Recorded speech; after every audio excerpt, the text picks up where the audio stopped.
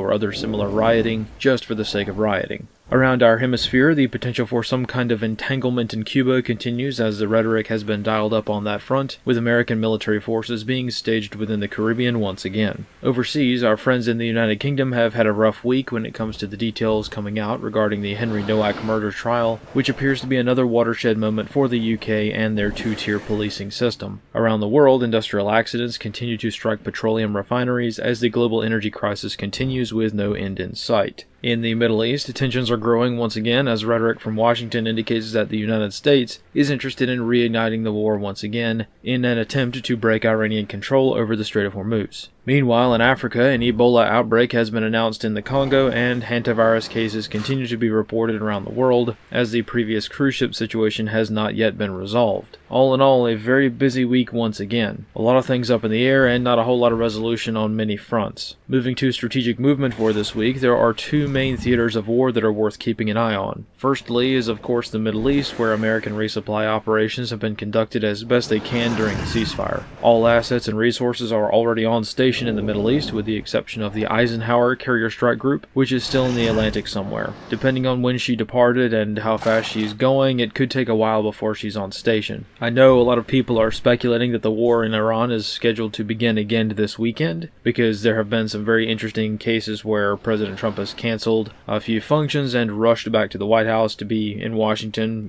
just in case national security needs take precedence, which most people seem to think is code word for, yeah, we're going to strike Iran again, and especially considering President Trump also said that we are going to strike Iran this weekend. He said that a few days ago. So this may indeed happen either tonight before this brief comes out, or Sunday night, or Monday night, who knows? It could happen any day now, or it could never happen. We just don't know, so a lot of this is going to be guesswork. But if they are going to reignite the war, they're going to be launching it again without the Eisenhower being on station to protect Israel with missile defenses, which is probably going to be her primary mission if she was supposed to replace the Ford. The scheduling and mission set for a lot of these carrier strike groups is thrown all out of whack because this war has required 3 carrier strike groups when normally we have only 1 in the Middle East. So saying exactly which one's replacing who is sometimes quite challenging, and we don't exactly know what the mission is going to be. If the Ike is replacing the Ford, then she's probably going to be on station in the Mediterranean Sea in the Eastern Med just off the coast of Israel. But if she's supposed to transit Suez and go south into the Red Sea, then that might take a couple of extra days. There has been some concern with potential attacks or terrorism or something like that within the Suez Canal, because it is, again, a choke point, and a carrier is pretty much a sitting duck when transiting the canal, which is why the Bush Carrier Strike Group, when she arrived on station, she actually went around the long way, around the continent of Africa. So the Eisenhower, if she is indeed intended for CENTCOM, and she is indeed headed for the Med, she's probably going to stay in the Med. But again, this is really conjecture and just kind of guesswork, but it's still quite handy to know where a lot of strategic assets are located. And right now, there are a lot of assets in the Middle East ready to continue the fight if that is the chosen course of action. A little bit closer to home, another potential conflict is brewing: Cuba. And we can see this with the strategic movement once again. So 2 days ago, the USS Nimitz Carrier Strike Group arrived in the Caribbean, taking up stations somewhere off the coast of Cuba. This is why it's worth being aware of what high-level strategic military movements are being made, because if we remember, the US parked an aircraft carrier off the coast of Venezuela about 4 months before that operation came to a head. I'm sure many of you were quite annoyed with me for many months talking about how there's an aircraft carrier down there off the coast of Venezuela, but that annoyance actually paid off because we actually did end up launching a little miniature war. Thankfully, it did not come to a full-blown war, and it was really more just a pre-planned raid. But still, that aircraft carrier was an indication. So, this is important in the context of Cuba because right now, basically no one thinks that military action is on the table. No one is seriously considering that the United States might actually engage in some kind of military operation in Cuba. That is not really on anybody's radar, even theoretically. Most consensus seems to conclude that all of this Cuba talk is just talk, and it's really just to satisfy one of President Trump's remaining support bases, the Cuban-American voting bloc. There is a substantial Cuban presence in Florida, so maybe this is more political rhetoric than anything else to secure votes. I don't know. However, moving an aircraft carrier is not something that is traditionally done on a whim, and based on his terms so far, every single time President Trump has moved an aircraft carrier somewhere, he has used it. Yeah, Cuba is 90 miles off the coast of Florida. There will be no observable staging of forces like we see around the world. For instance, we knew Venezuela and Iran were about to pop off almost down to the day because the whole world could clearly see the buildup at forward staging areas. However, in the case of Cuba, every potential target within Cuba is well within range of bases in southern Florida. The combat radius of the standard CH-47 Chinook is about 200 miles, and the MH-6 Little Bird is about 100 miles, so they may need to use the carrier to stage from for whatever they have planned, if they have anything planned in Cuba. But at the very, very wave top level, if the U.S. wanted to launch some kind of operation in Cuba, there is little chance that we would know about it beforehand, unlike the 2 previous wars we've started this year. So on the more strategic level, we are working with a total of 5 active fronts around the world right now that the United States is involved in some form or fashion, and 2 additional potential fronts that might open up at some point. The United States is involved in the war in Ukraine, the Gulf War, and of course the war on narcotics trafficking in the Eastern Pacific Ocean. The U.S. is also somewhat involved in the loose collection of conflicts and civil wars underway in Western Africa, and American airstrikes in Somalia have been regular and routine for many years now. In addition to these active combat operations, 2 additional theaters are on the menu, Cuba and of course Taiwan at some point. There hasn't really been any update on either one of these. I'm just giving you the early indications and warnings to keep an eye on Cuba and Taiwan. There's very much debate about both of these locations and what might happen, and it's of course possible that neither of these make the transition to a more active front, but these are the conflicts that could potentially become hot later on. And speaking of the heat, here in the homeland, riot season has begun to spread throughout many American cities and suburbs. This is no surprise to anyone who can read between the lines, but this week has witnessed a sharp increase in riots, street takeovers, and general foolishness being undertaken in the streets. Right up front, all of the incidents that have been observed in the headlines this week are not the result of anything specific. This is purely just due to cultural reasons. Most of the mainstream media are calling these incidents teen takeovers, but these are almost always attended by full-grown adults, and the media is just trying to find euphemisms to avoid pointing out the obvious. This week, there have been 4 high-profile takeover-style events which have occurred in areas not traditionally host to this type of activity. Places like Chicago, Detroit, and the like are generally witness to half a dozen street takeovers every single night, so it's hard to keep track of them because they just happen so often in these cities. But this week, more traditionally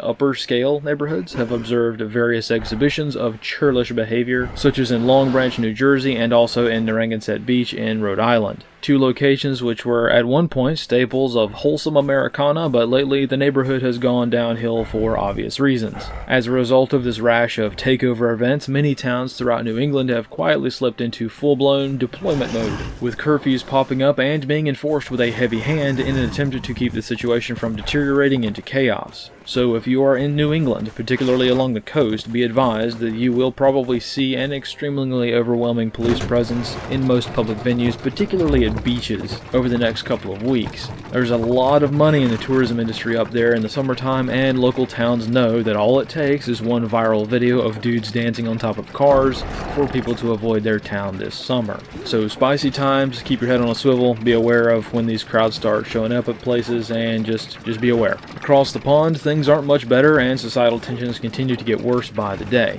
Just as a bit of an administrative note, the situation has become too chaotic for me to track personally. It's just too big at this point. I try to cover the high-profile crimes and very big incidents that might result in spicy situations, but right now there is literally a groundbreaking major case nearly every single hour in the UK. There are assaults, murders, mutilations, and child trafficking incidents every single hour, and I just cannot keep up with all of it. It has literally gotten that bad. Even this week, the murder trial of Henry Nowak is not even the biggest scandal to take place today. Last night, there was a mass stabbing involving 6 victims in London, and there's also another mass rape trial which involves a group of Pakistani men getting very light sentences for the assault and abuse of children. There are around a dozen or so more incidents that I don't have time to get into, including a knife-wielding man causing chaos inside a Morrison's supermarket, a stabbing attack resulting from a gang initiation, and a handful of other crimes so bad that I can't even give you the approximate details in mixed company. So, suffice it to say, it's mass hysteria. Well, maybe not that far, but still, quite busy in the United Kingdom. There are many stabbing attacks every day, there are many assaults every single day, and it's really hard to pinpoint down where these are taking place, for one, because a lot of the time, well, not a lot of the time, most of the time, the British media has been ordered by the British government to censor this kind of thing. So we're fighting a losing battle when it comes to the information speculation space on a lot of these assaults and really, really horrific crimes, because we just can't figure out that they occur until years later in some cases, like the Henry Nowak trial. In terms of preparing for what comes next, the United Kingdom is still in the early phases, but some elements might be transitioning to a more active approach to handling the sheer volume of horrific crime. Vigilantism is quite literally the only thing the British people have in some cases at this point, which is unfortunate to realize, but this is the reality of what happens next. In some cases, not all, but some, every option for a peaceful solution has been exhausted. In some cases, there really is no option left. This, of course, varies case by case, but many British people are finding that out, and it kind of leaves a bad taste in your mouth. And more than that, the British government seems to be rather oblivious about what happens when the average Englishman gets backed into a corner. So, suffice it to say, a mass uprising throughout the UK is very unlikely, at the moment at least, but there are increasing numbers of fighting-aged males who are siding with their countrymen to make the attempt to take back their country from the foreign invaders that have been brought into the British homeland, especially the ones which are just absolutely inconceivably violent. Again, many of you have heard this before, so I won't dwell on it too much, but the situation is quite serious, and we may start to see the early indications of more organized attempts to handle the situation. I'll just put it that way. So, it ain't over till it's over, and as bleak as the situation looks for the Anglo population of Western Europe, and by extension the United States as well, there are ways of handling these problems. And I'll just leave it at that for now, and I'll continue monitoring the situation in the United Kingdom to see how our brothers across the sea can get by even when the situation gets tough. I'm confident they can handle it one way or the other, but it's going to be a long and hard road to get there. So, speaking of tough situations, the crisis in the Middle East continues to make life interesting for most of the planet as the energy crisis continues to grow by the day. Rumors have been flying out of Washington nearly every day this week regarding President Trump being inclined to restart the war, perhaps under a different name to avoid congressional approval, but nevertheless the war rhetoric has been ratcheted up once again.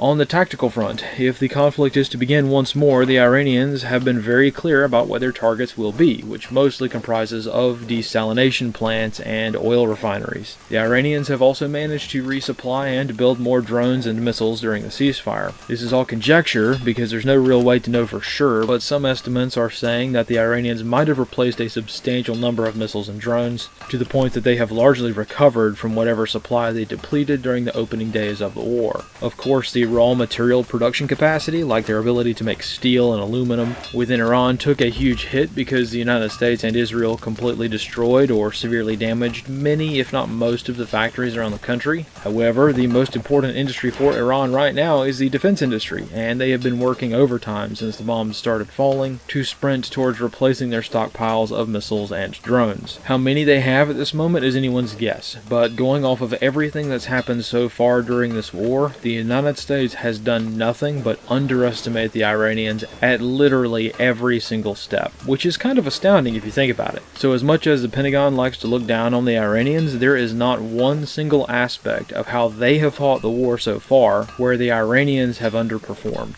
They have been punching above their weight this entire time. The Iranians certainly and undoubtedly control the Strait of Hormuz, and they project enough influence over the Persian Gulf to keep everybody's head down indefinitely. So even though technically the Iranians are undermatched in their fight against the United States, technically speaking, as long as the United States keeps fighting the war in the same way, the Iranians will continue to have, if not dominance, that might not be the right word, but they're going to have enough control over a small area to cause a lot of problems, essentially indefinitely. But once again, in time-honored tradition, we will have to see what happens. Continuing to do the same thing over and over again and expecting a different result is an interesting position to take, but it's also what happens when American leadership is painted into a corner, which is exactly what's happened, and as far as the Israelis are concerned, this is exactly what they were going for. In the world of grand military strategy, many famous military leaders throughout history have been noted for leaving their options open until the very last minute, which allowed them to have flexibility for as long as possible. For better or for worse, this is the complete opposite of President Trump's personality, as he favors a completely different doctrine. He favors decisive and bold moves in nearly every aspect of his administration, which is a respectable strategy in business, I guess, but when it comes to warfare, he was by far the most susceptible to this kind of trap. Even for people who wanted to engage in this war, even for the war hawks, even for the military strategists who have been looking to fight a war with Iran for decades now, the way that this has come about has been less than ideal because it's left a lot of people with a lot less options than they thought they were going to have when such a war were to break out. During the opening salvos to this war, President Trump killed the Ayatollah, which limited his options right out of the gate, and this got messy very, very quickly. If he had not killed the Ayatollah and most of the military leadership, I have no doubt that a peace deal would have already been signed. We would already be done with this war. But because the United States killed most of the moderates on the first day of the war, the hardliners are now holding out within Iran and taking the position of making this incredibly painful for the United States. So the exact opposite of what President Trump has said is actually what happened. We did not kill the hardliners on that first day, and now we're dealing with a more amiable regime. Actually, it's quite the opposite.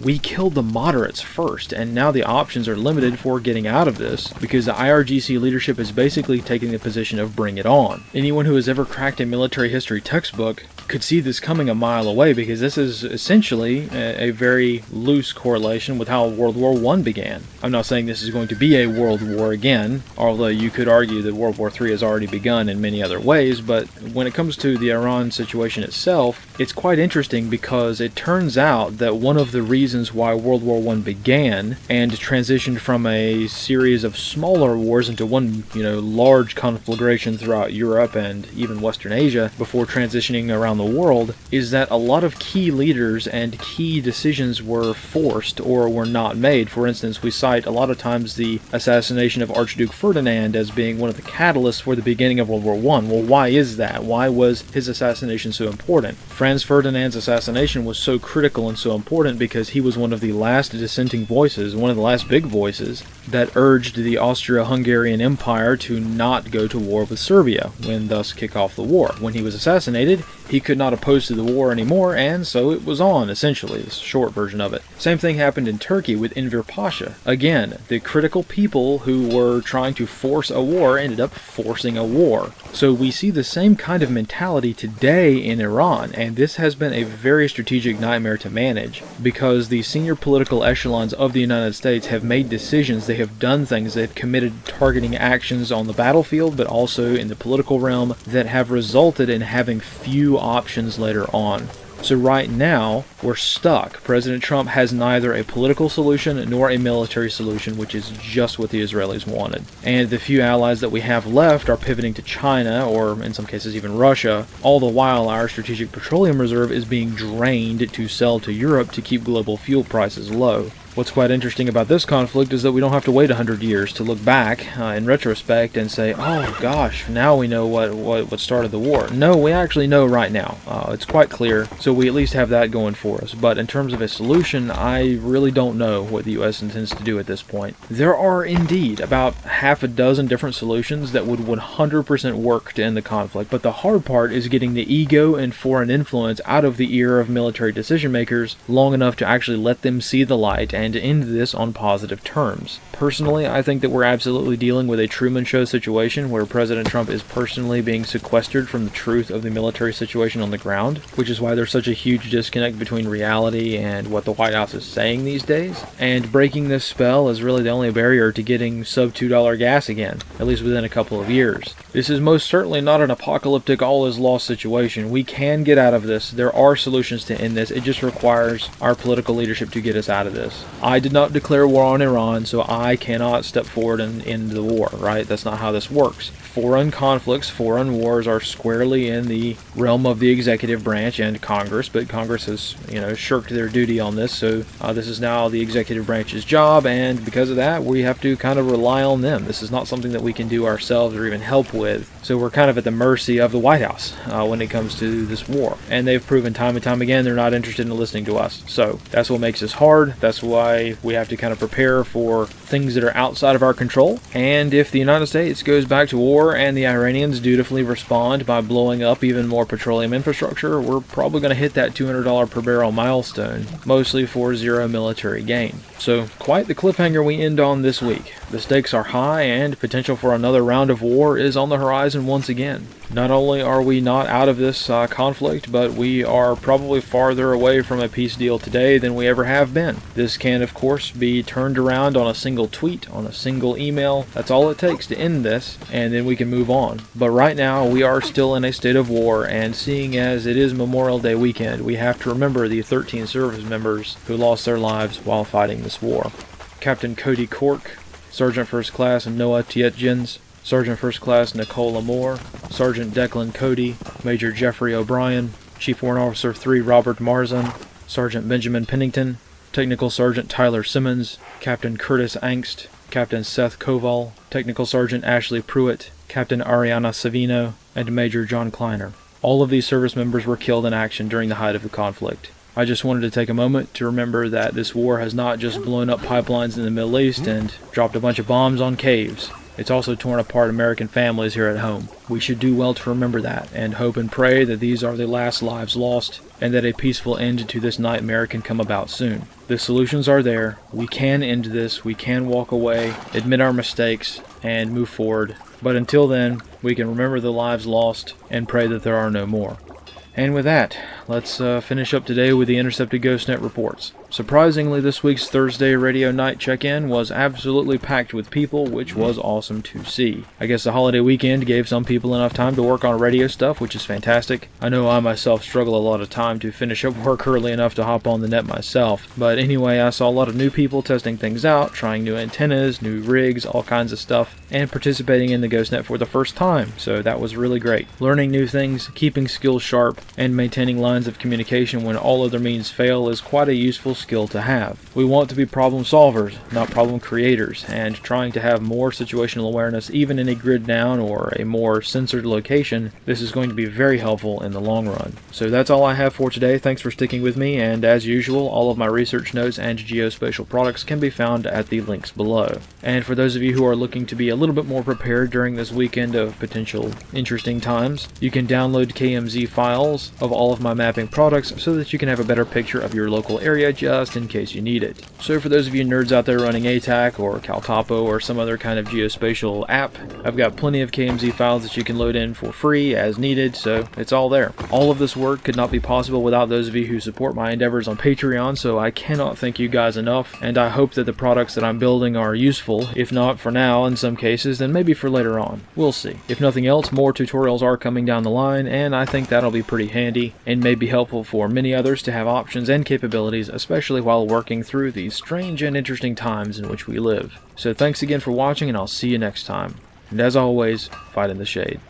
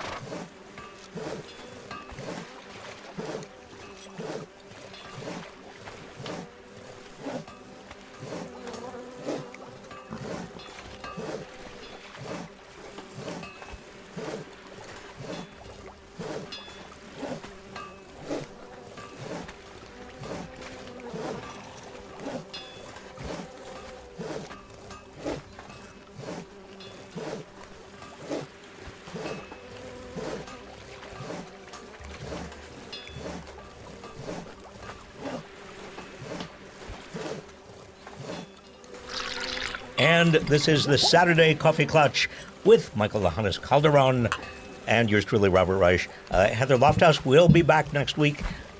Michael, what's up today? What are we going to talk about? I should start by asking you that. What's up with the shirt, Bob? Oh, well, this is This is what's called a humble brag, I think, because you've got all this... What's a humble brag? Well, it's when you're, very, very politely bragging about how you've got merch that nobody else has. Is this another Gen Z I think this is a millennial thing, actually. Okay. You're a little further behind. Oh, but you got this because you were on the show, right? I was on the show right after he got word that it was going to be his last show. And it was really quite emotional. I mean, the stagehands and everybody else were kind of upset, and and he tried to put on a very good face, and I was publicizing my book. And this is the merch. Yes. This is the swag. And you've been on Stephen Colbert's other show before as well, too, right? Yeah. The thing that people don't realize is that he's a very, very kind and gentlemanly, courteous man. He's really you do see it. Some of it comes out when he's doing his monologues or any aspect of him. Well, it's sad that it was his last program. Oh, it's terrible, Michael. It's just awful, and it infuriates me. It's CBS. It's just Trump once again intimidating another group of corporate chieftains who don't want to lose money.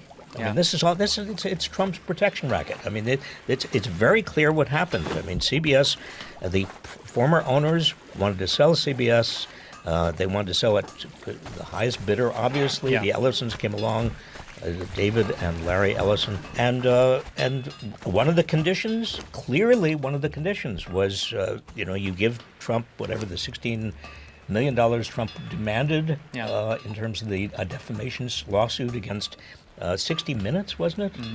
And then you get rid of Colbert, who Trump kept on saying over and over, they got to get rid of him, put him to sleep. I mean... because he was talking about how there was essentially bribery happening, right? That was allegedly the thing that got him canned. The sequence was absolutely clear. Yeah. I mean, he made a joke about bribery with regard to that $60 million payoff, and it was a payoff to Trump, and then a week, he's canned, and then a week later, the actual merger goes through. Yep. CBS is sold to Paramount, to the Ellisons. And imagine if you saw this happening in another country, right? I mean, this is the sort of thing that president demands comedian be removed from television. Well, this is fascism. This is neo-fascism. This is, Viktor Orban would do something like this. And certainly Vladimir Putin would do something like this. I mean, Trump knows absolutely no boundaries. And so his effort to chill, even somebody making fun of him, and that's what he hates most of all, because that's humiliating to his ego, and telling the truth to boot. And telling the truth. I mean, comedians actually are among the most powerful truth tellers in any society. Did you see who they're replacing him with? Who? Well, I had to sort of do a double take when I saw this, but it's some multi-millionaire or billionaire. I'm not actually sure of the scale of his wealth, named Byron Allen. Wait a minute. He's going to actually replace... Yeah, well, in the same time slot. Not the Late Show is over because they've killed the whole brand. But it's the same. But 11:35 p.m. now. This guy named Byron Allen. Is Byron Allen a comedian? I think at some point he was on Johnny Carson, and then he became a businessman. He bought the Weather Channel. He bought a controlling stake in BuzzFeed, among other things. And now he said he's going to do something called Comics Unleash, where it's just be funny, don't offend, and there won't be any politics. Oh, great. Nothing topical. Great. Well, it's funny what's happening, but it's also outrageous. Yeah. Okay? This is CBS management not wanting to offend Trump. Don't put anybody in that slot who could possibly be offensive. So get a billionaire. This guy is a billionaire, Byron Allen. Byron Allen. Get a billionaire who is also, a credible comedian. I guess. I suppose we'll find out. And who five people who tune in. And make sure he doesn't do anything that is offensive to Trump. Yeah. It's kind of amazing to say that you're going to put something in the place where the Late Show was that's explicitly not topical at all as well. Well, it's an insult to Colbert and all the people who are audiences of Colbert. Yeah. You know? Well, not the only insulting thing that happened this week. My recommendation, by the way, for you and for me and Yes. for all of you is don't watch this, okay? Don't watch this Byron Allen. Yeah, Comics Unleashed. Yeah. Don't watch Comics Unleashed. I mean, this is neo-fascist Unleashed. Yes. And speaking of things being unleashed, I mean, you've been seeing all the news about the $1.8 billion slush fund this week, haven't Wait a you? minute, can you Byron Allen is a billionaire himself. Yes. Right? He purchased the Weather Channel. I mean, this is I really... mean, if you want to talk about the power of money at play, it seems like there's just back deals happening left and right. Everywhere, either in the industries themselves that are trying to, bend before Trump. Bad guys are winning, Michael, but we are not going to allow them to. That's right. Okay? So I want to ask you about this IRS slush fund thing, because this feels like something... IRS slush fund. But this is important because this fellow Todd Blanche, who is the acting Attorney General, desperately wants to be Attorney General. The only reason he was put into the acting Attorney General slot is that he was a former lawyer for Trump. He was Trump's lawyer during Stormy Daniels. He's loyal to Trump. That's all That's the only qualification. That's all. That's the only qualification. And, Pam Bondi obviously was fired because she was not loyal enough and she couldn't pull it off. Yeah. So this guy is loyal. That's all he does. That's all he wants is Trump's approval. But do you think he's going to be able to pull this off, though? I mean, and by this we mean essentially providing this huge slush fund and making sure that, Trump is protected in all of these various ways. That's the other part of this deal, right? It's not just a $1.8 billion slush fund that Trump can use however he wants. And it's also this immunity to further IRS audits. Never again. Never again.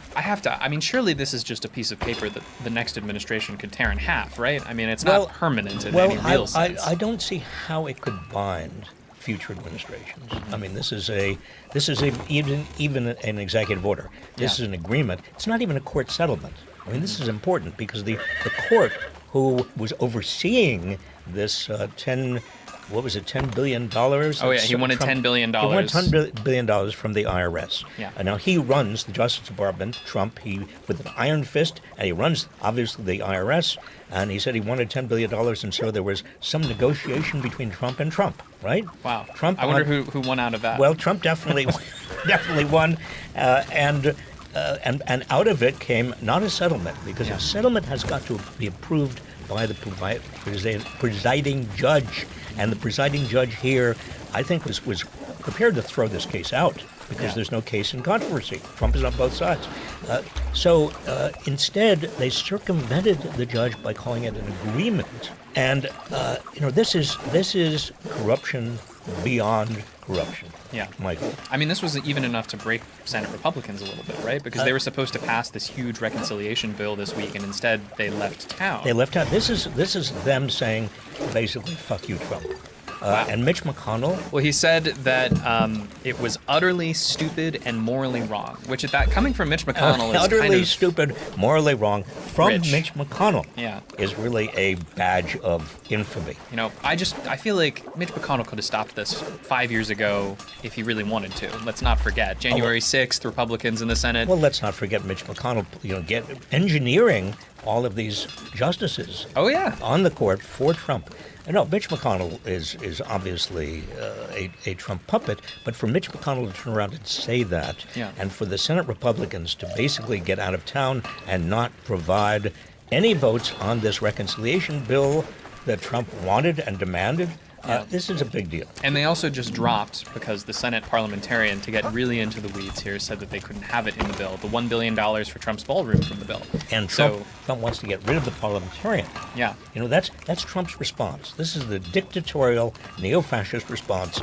Anybody who in any way opposes you, you get rid of them. Or you make sure that you get rid of them. This is what Trump did last week, with Massey. Yeah. I was going to ask, I'm kind of surprised to see that the Senate decided to leave town, given that one of their colleagues just lost his seat in a primary. I think it's one of the first senators to lose in a primary in years. Cassidy. Yeah. Well, I think actually what Trump has created is a group of Republicans, Massey, Cassidy, others, who he opposed, who are still going to be there for the next 6 months. Yeah. And they have nothing to lose. Which seems to be the only time that Republicans in Congress are willing to stand up to him. Well, I mean, Tom Tillis in that category as well, right? Yeah, thank God for small favors. I mean, at least they have a shred of integrity left. Yeah. And they're standing up to him. And maybe they're giving a little cover to some other Republicans, or maybe they will.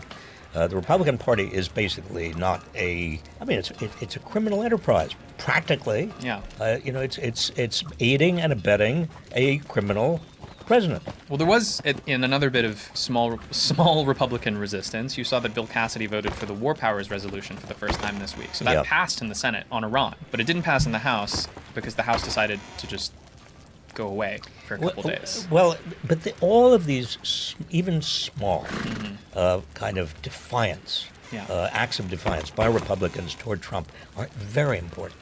I mean, A, they infuriate Trump. Yeah. But B, they show the emperor has no clothes. I mean, it is possible to actually speak truth to power if you're a Republican and go on living. Well, I wanted to ask you, because it feels like it could build into more resistance, depending on how things go in the next couple of months. And I was reading online, and you'll have to tell me because you were there, even Nixon, like the intra-party collapse of support within the Republican Party didn't really happen until August of a midterm year.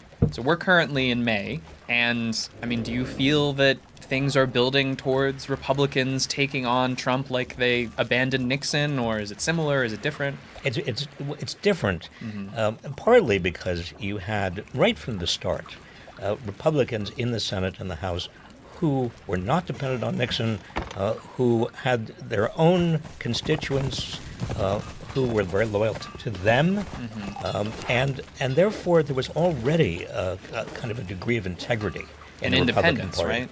And independence from Nixon. Yeah. So, they, Watergate investigation, you also had a Washington Post. Oh, right. That was... Whatever happened to that little paper? We'll get into that. We'll get into that. I mean, Washington Post is now, as far as I'm concerned, dead, all right? Because of Jeff Bezos. Yeah. Another corrupt influence. But in those days, you had a Washington Post that was just feeling its oats and just... it was still a regional paper, but it was aspiring to be a national paper. And Woodward and Bernstein got hold of this trail, this kind of follow the money trail. And they did. And the public started to pay attention, and the media started to pay attention. And this thing starts building. And Republicans in Congress are also very sensitive to this. Nixon already was unpopular with the Republican Party. Yeah. They were worried about him, and they were worried about midterms and so on. And the situation was slightly different, but there are enough parallels, Michael, to make your question an intriguing question. Unlike Nixon, it's clear Trump has an iron grip on the Republican Party. And somehow Richard Nixon has slightly more shame than Donald Trump, because he did ultimately resign, right?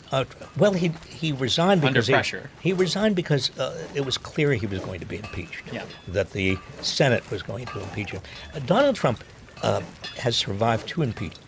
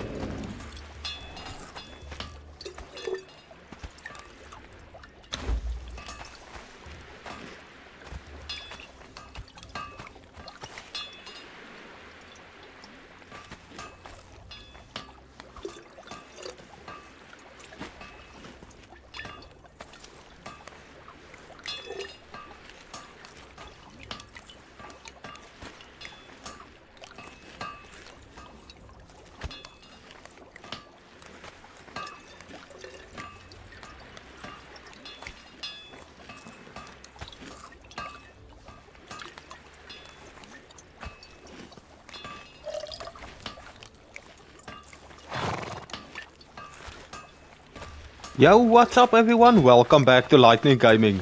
So guys, when it comes to corruption builds in Conan Exiles, most of the time they are pretty useless. You can get much better if you are not corrupted. But in this video I want to show you something else. I want to show you a build that puts out so much damage that it is actually completely insane. Now, I have never tested this one out in actual PvP yet, but I will definitely be doing that soon. Well, yeah, with that being said, let me quickly show you the entire build. Now, in order to run this build, you are gonna need a few things. One of the things being a good thrall. Like you can see, I'm gonna use Ravner's straight arrow. Now, this can be either a strength or a agility thrall, it doesn't really matter. And then the second thing you are gonna need is a guardian. Which part you use doesn't really matter, the most important part will be the torso. This must be a Lotus Burner Guardian torso. And I'm gonna show you the reason for that. It's the same reason that I used one of these in my previous video, where I used a Corrupted Archer build. It's gonna have exact same effect as well. This golem, if he follows us and we have Grey Lotus powder in him, the Grey Lotus powder will burn and it's gonna give you an extra agility weapon damage of 20%.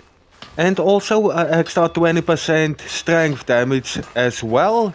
So this is a crucial part of this build, it's gonna make you do much more damage.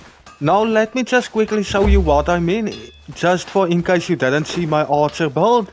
So basically we're gonna put the Grey Lotus dust inside this golem's infantry, we're gonna let him follow us. Like you can see guys, it's gonna slowly burn.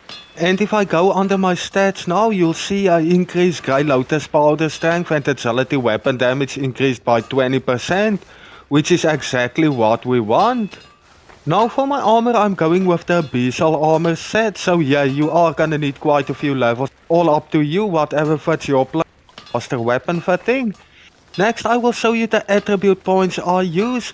Now, I know there's gonna be a lot of you that don't agree with me. You are more than welcome to change this to however you want to use it. But for my one, I'm gonna go 20 points into strength. I'm gonna corrupt all 20 of the points.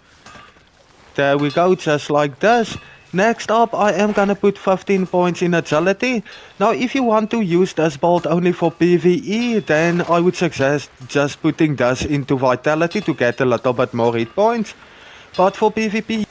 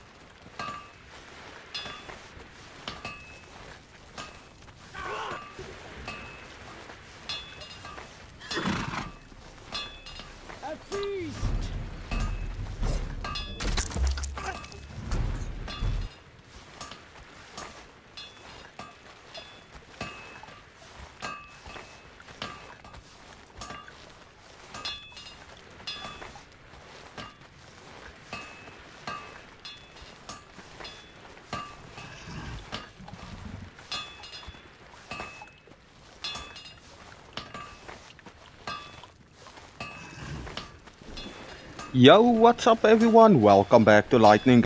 As one time, and the next things you are gonna need is 5 Icar. We were on a high population PvP server, but with the enhanced edition, some changes have been made. And I honestly think we have what is now a beautiful meta. There used to be the agility meta where you go 20 strength, 20 agility, and 20 vitality, and that's all your stats. I just don't think that's the way anymore. Don't think you need to do that. And before it was an agility meta where you ran agility weapons. I think though the heavy armor juggernaut strength build is back and playable. I think it is a hidden sleeper meta. We have some experience. I don't have all the videos for that right now due to some corrupting files, but we are on a maxed out 70-person server and this build has done nothing but bring me good luck.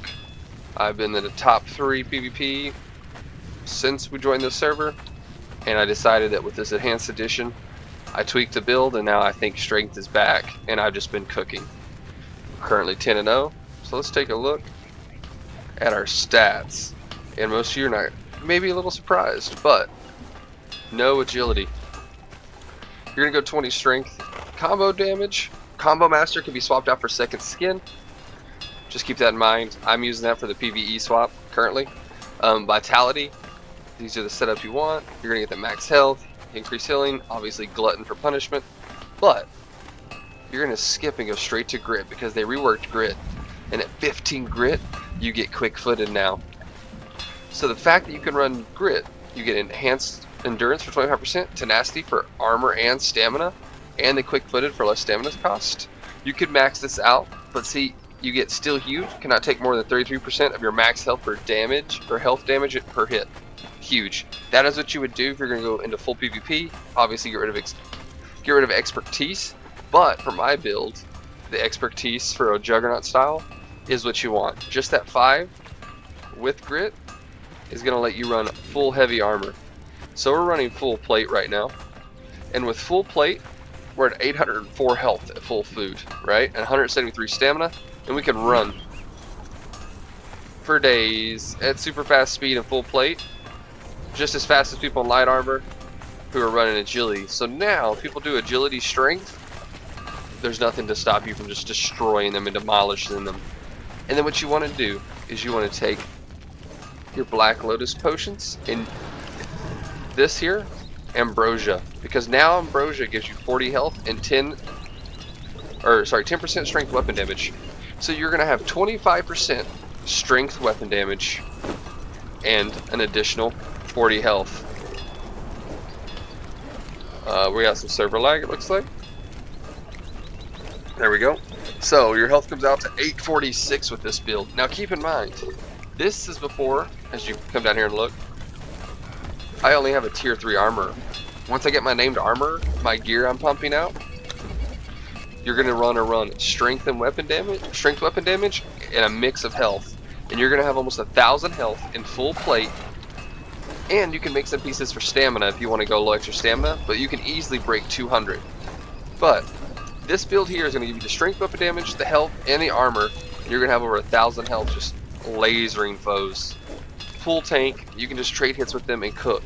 The alternative is instead of running the max health, you run strength weapon damage on heavy armor, any pieces you want, and then you run it with like correct legs, and to get the extra stamina. But instead of running the Ambrosia, you sacrifice your 10% weapon damage for the Yogg, the meat of Yogg. That meat of Yogg is going to give you 21 more stamina. So you're going to break 230, 240 stamina with your build, maybe even 250, while in full plate, doing big damage with a hammer, with any weapon you want. I prefer the hammer, but this Juggernaut build is where it's gonna be at, folks. No longer do you have to run around in light armor with a meta, which was it used to be. You can run full plate in a heavy loadout and get the job done. And the other meat you want is gonna be right here. Oh, you can see the lag. There it is. Grab this Yogg meat right here. The purified flesh, 40 health and 14 stamina. Yeah, they nerfed it a little bit. It was 21, but you can run that. And then you can combine that with the Yellow Lotus potion if you want. Go pure stamina and just go off your damage from your build. It's gonna take a few extra hits, but the thing is you can afford to do those little extra hits because you can give more extra hits. I was hoping.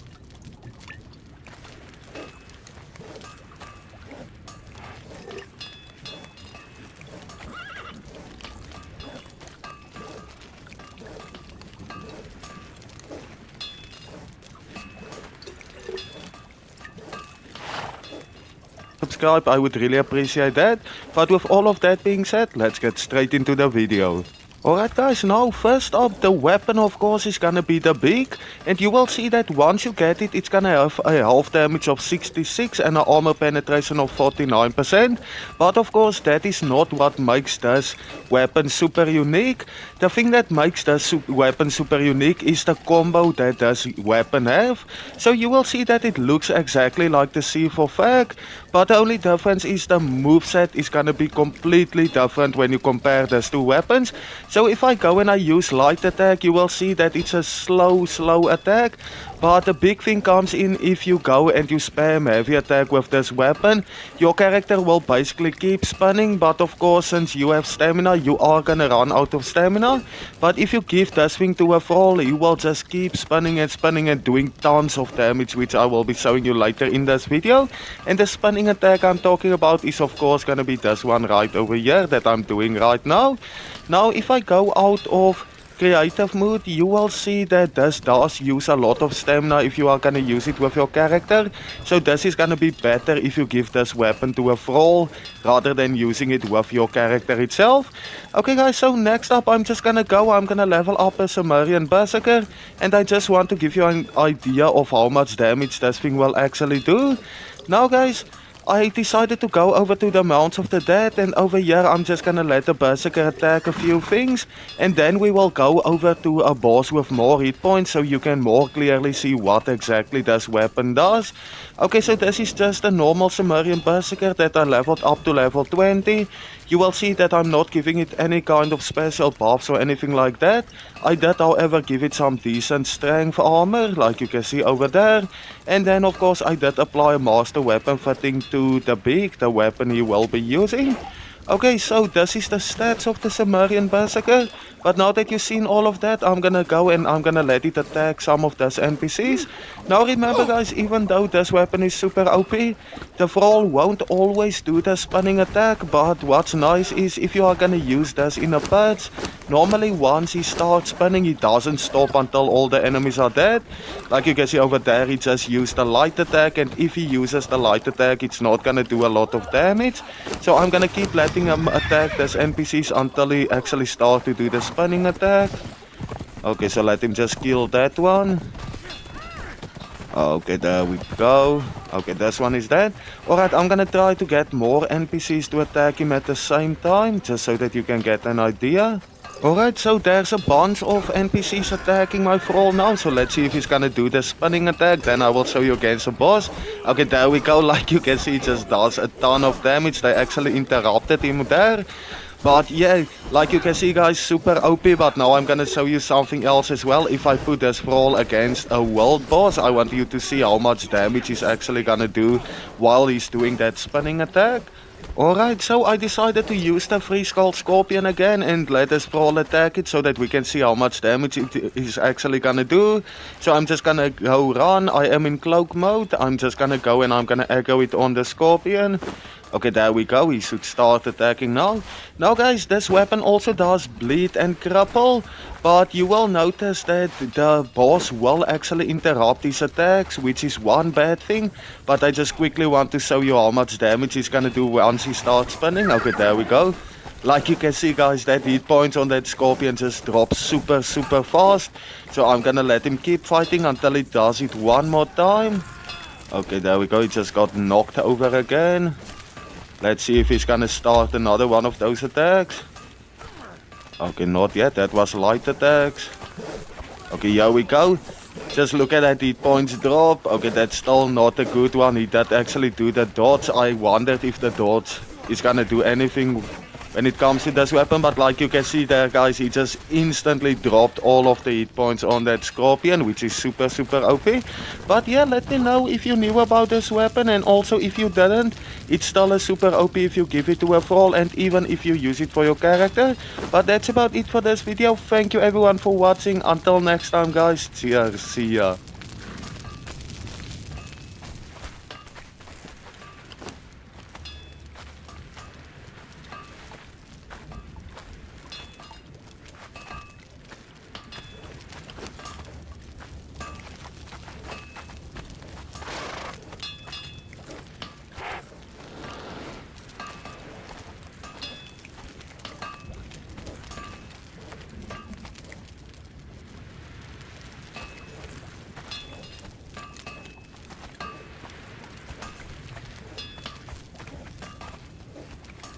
Yo, what's up everyone, welcome back to Lightning Gaming.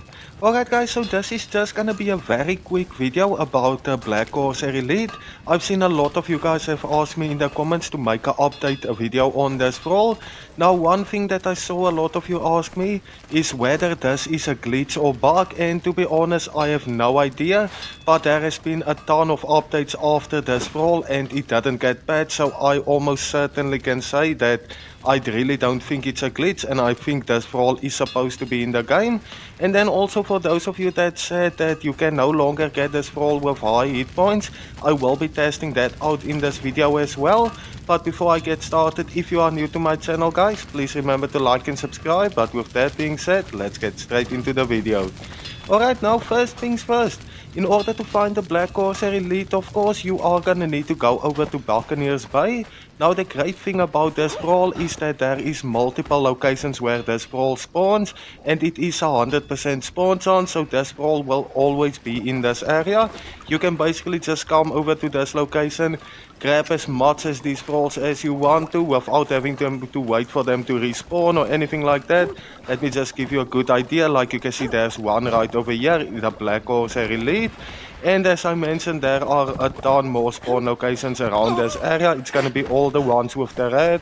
So if you go to the very top, let me just go straight to the top of all this. And you will see, if you go to this side, let me just see where another one is. Okay, so if I go right, okay, I think I have to go down a little bit. Right over here is another Black Corsair Elite. He's gonna be walking around this area, but I think you got the point. You can get them very, very easily. Now the next one that I got, the next comment, can you still knock out this mini boss? So I'm gonna grab a Transit, I'm gonna go and knock one of them out real quick. Like you can see guys, still 100% possible to knock these scrolls out. There's no fixes or anything that changed when it comes to that.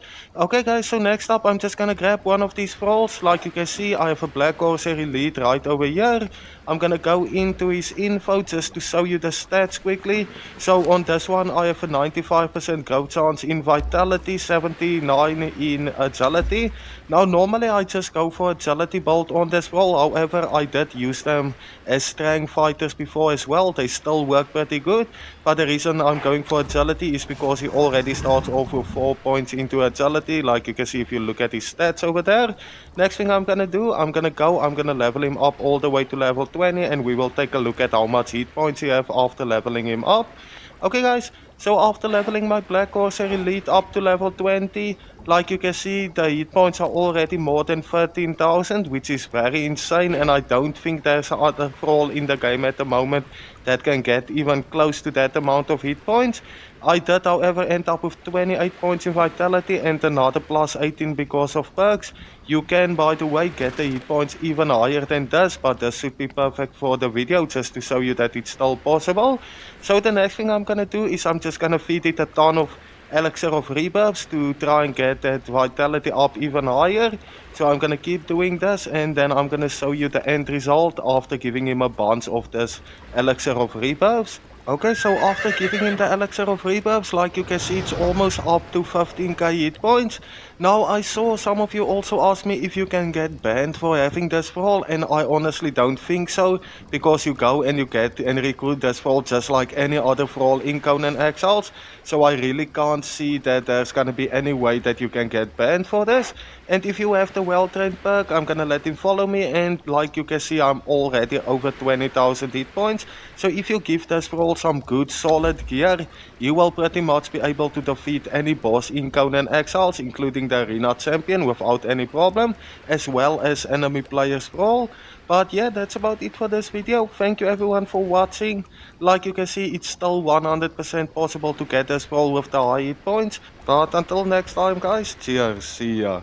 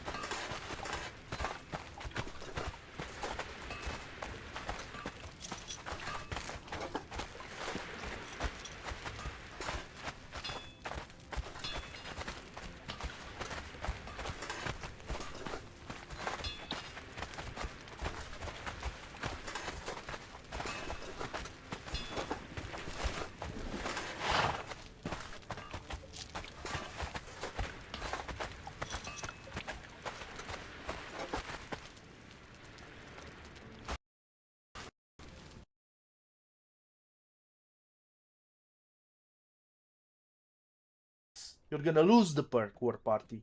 So you need to put 19 points in authority. Why? Because of the first perk, Frenzy. When you deal damage in combat, your followers enter a frenzied state, and they deal 3% increased damage for each corrupted authority point. So 19 points times 3%. That's what, 56% extra damage for followers. That's crazy. That's crazy. The second perk, damage taken by you is split between you and your followers. And the third perk, damage dealt by your followers heals you. These make you immortal. And in Vitality, you gain passive health regeneration that scales with your corrupted Vitality. Again, you don't need the last perk. The last perk, you can leave Glutton for punishment, it's even better actually. Twisted Flesh, you have a chance to deflect damage. This is very good also in PvP and PvP, but mostly in PvP. And Petrified, you are immune to bleed, poison, disease, and thunder effects. This is perfect for PvP. And so basically you need War Party for 2 trolls. You want 2 trolls with high HP, because you split damage between them, so they will take a lot more damage. So that's why I recommend the Black Elite for that. And on top of this, I think if you get the horse, or any mount for the matter, it counts as the third follower, so it's gonna split damage even more. I need to figure out where I left my horse. I'm gonna go grab my horse, and then and you can also use the horse as a pack mule. You can stash things on you, because you don't have so much encumbrance. Yeah, and the horses usually have a very high HP, so there we go. So now I have 2 followers plus the horse. I have 350 HP, which is quite enough, I'd say. They do a lot of damage. Why? I put on them the momentum with the master weapon picking, so they do have very good weapon, and because of the attribute for the authority, the frenzy, they do a lot of damage. Oh, also on the trolls, I highly recommend Aspect of the Wolf. It gives them a permanent buff of 15% increased weapon damage. And if you use that buff with the cooked pork rinds give 25. Oh, they already have 40%. And you can even use a potion for 15%. So you can make insanely strong trolls though. But let me see. So what can we fight? I'll just go here right in the center. Oh, actually, you know what? Let's go in Unnamed City, and I'll be surrounded by skeletons. Do I have the? Oh, I think I have. I think Matt will attack at my base. 1 second. The trick is clicking the stone. It's one into another. Right. I'll show you the build in action. That's what I'm trying to say. So basically, you already know what you need for this build. The trolls, the 2 sigils, and gloves of Jill. This is mainly for the stamina. You will never have problems with stamina if you have those 3 sigils and the gloves of Jill. Gloves of Jill you can get from Isle of Siptah. No, Volary of Jill. This one too, right here. Volary of Jill. It's a vault. You can do it in 5 minutes if you speed run it. You can do it in 5 minutes. You can literally farm the sigils, the buffs, and you can save them. You don't lose them. As long as you don't die, you do not lose these buffs. They remain on you for a month if you do not die. So that's the thing. I have a lot of buffs from the sigils, because there are 14 volts. But the most important ones for you right now is Demon, Fiend, and Twice Drowned. 1 second. Fiend is right here. Sigil of the Fiend. Demon should be. Give me a second. Here, Sigil of the Demon. And Twice Drowned. Here. There we go. You can pause the video and check out the map. Fiend, Demon, and Twice Drowned. You see now the coordinates. And for the gloves, you'll actually learn the recipe, like I said here, in the Volary of Jill. At the end of the dungeon, you kill the boss, you enter the loot room, and there are 2 stones where you can learn the recipe. That's it. Basically, that's the build. You need level 60, corrupt authority 19, vitality 15, and then next, let's see. This is my map phone, by the way. It's a mob. It's it's a mod. It's a mob. Let's go. And yeah, 2 very strong trolls with a lot of HP, and a horse. So then the damage is split between all 3. That's the gist of it. And this is not only good in PvE, it's insane in PvP too, because you don't get much damage. That's the... Can they... wait. I'll go in the middle where there are a lot more. There are a lot more skeletons here. There's the boss with a ton of skeletons right here, down here. And then you can see how I'm tanking everything.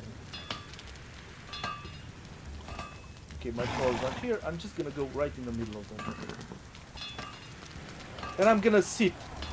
Look at my health points. Look at my health point. I'm barely taking any damage. Stamina, look at stamina. I can attack, and I don't run out of stamina after 3 hits. Huh? That's the thing, you can tank insane amounts of damage. Why? Look at my health. It barely...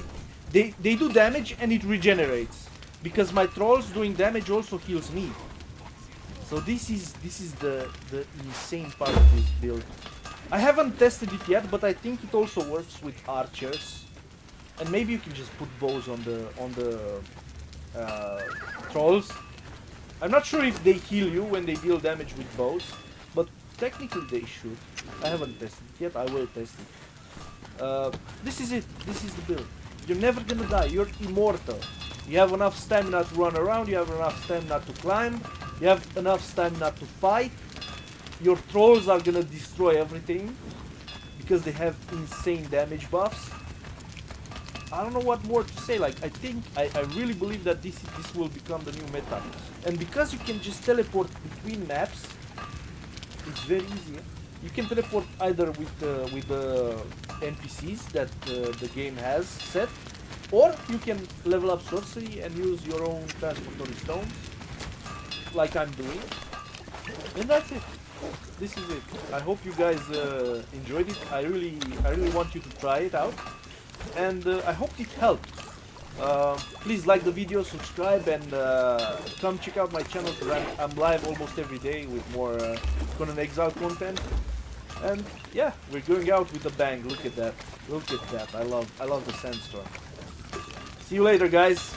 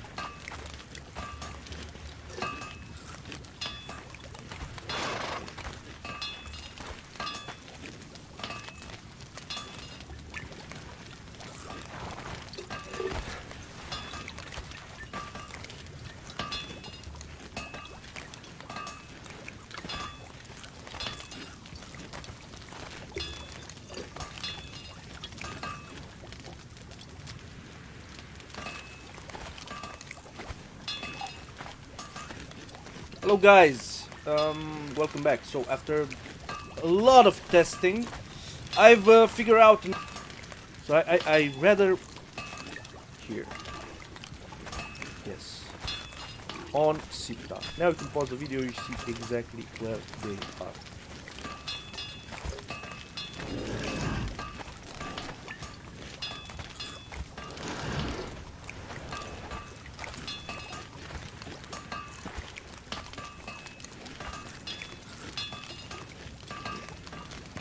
He feels now no constraints whatsoever. There is not only no shame, there's never been any shame in Trump, but there is also in Trump now a sense of complete omnipotence, total omnipotence. He feels untouchable. He feels absolutely untouchable. Yeah. There's nothing that anybody can do to him. That's what he feels. Maybe to some extent true. I'm going to knock on wood and say maybe not. Maybe not. I hope that the midterms are not just a blue wave, Michael. I hope that they're a blue tsunami. Yeah. I mean, just taking out all of these Republicans, putting in Democrats, not only the House but also the Senate, so that there is a force to take Trump on, and that the Democrats feel some degree of empowerment and integrity. I mean, some of them do already, obviously, but more of them need to. I want to get back to Bezos, but I want to talk about... I don't want to get back to Bezos. Well, I want to Bezos talk about... is a jerk. Can I just say that publicly? Yeah. You know, he is an asshole. Oh, okay. I mean, not just because he went after me this week. Yeah, I was going to ask you about that because well, first of all, before we talk about how he went after you specifically, this is on the tail end of like a week-long PR tour about how awesome he is and how you shouldn't tax him, essentially. You saw that CNBC interview. I don't pay taxes. That's true. I pay billions of dollars in taxes. And it's a perfect, again, if people want me to pay more billions, right, then let's have that debate. But don't pretend, that that's going to solve the problem. You could double the taxes I pay, and it's not going to help that teacher in Queens. I promise you. Bezos says people at the top are paying 40%. The top 1% is paying 40% of all the taxes, and the bottom half is paying 3% of taxes. I mean, he goes on national television to say something like that. The fourth richest person in America says, or the world says that, when in fact it's a lie. It's a complete and utter lie. Yeah. If you look at it, doesn't include Social Security taxes. 80% of Americans pay more Social Security. The bottom 80% pays more in Social Security than the top. And it doesn't include state and local taxes, which are quite regressive. Yeah. Well, could we pause there for just in terms of explaining progressive and regressive taxes for our audience? What do we mean by that? Well, regressive taxes mean that the poor or lower income are paying a higher percentage of their income than are the rich. And people like Bezos and corporations like Amazon that are getting away with murder. I mean, fiscally getting away with murder. They shouldn't be allowed. And for Bezos to go on television, on national television, on CNBC, and issue these lies, I'm not angry that he attacked me personally. Yeah, well, so he reposted this thread, which we don't have to get into, by some essentially right-wing grifter who's been elevated by Elon Musk before on X. Saying, don't worry about, what Robert Reich is saying. It's all lies. It'll pull a little wool over from over your eyes or something like that. But I mean, all of that is to obfuscate the fact that he's got this huge amount of money that he's borrowing against, right, to live. He doesn't have a traditional income. Could you explain that a little bit to us? This is an important point. These billionaires, we're talking about a Senate billionaire, right? He's fourth richest, third richest person in the world. It's a lot of money. It's a lot of money, and what they can. If you have that much money, what you can do is get a loan from a bank. Use your money as collateral. I mean, a bank is not going to worry about ever collecting against a loan. And so Bezos goes and says, well, I want to take out this loan. And he takes out for all his living expenses. It's not a small loan, but it's not all his income, obviously. So he avoids income taxes on almost all of his income because he's not actually... he's getting a very, very small. I mean, he's hiding the rest of it. Yeah. Not using the rest of it. And this was true of Musk.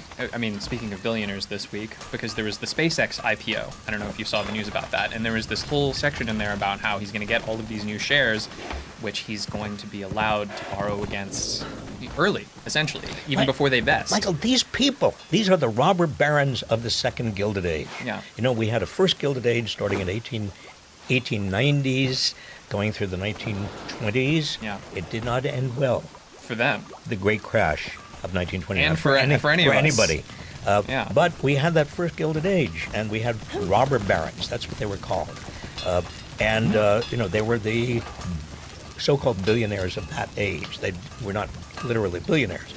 But we now have a Second Gilded Age, where with the conspicuous consumption of these wealthy people, but it's also much more corrupt.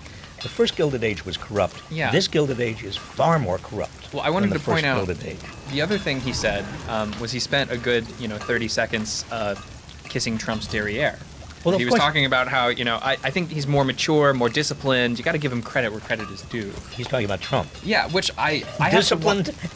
I mean, on its face, it's ridiculous. But I think that also, if you have an absurd amount of money, it seems kind of, I don't know, crazy to me that you still feel the need to debase yourself like that. Like, is it worth it? I mean, this is more of a moral question, I think this is the answer's no. But well, it's an interesting existential question and an epistemological question. Is it worth it? I think that when you are, when you have hundreds of billions of dollars, what you want to do is make sure that nobody touches it, because you feel like a target. And if you have a president who can even make you more money, there's no end to the desire you have. I mean, there's always somebody who's going to be richer than you, like Elon Musk. And so I think Bezos, he sees that there are all of these federal contracts. Yeah, and he does, and I can give you some tangible numbers on that as well. He's got $260 million plus in Blue Origin federal contracts. Blue Origin is his SpaceX competitor rocket company.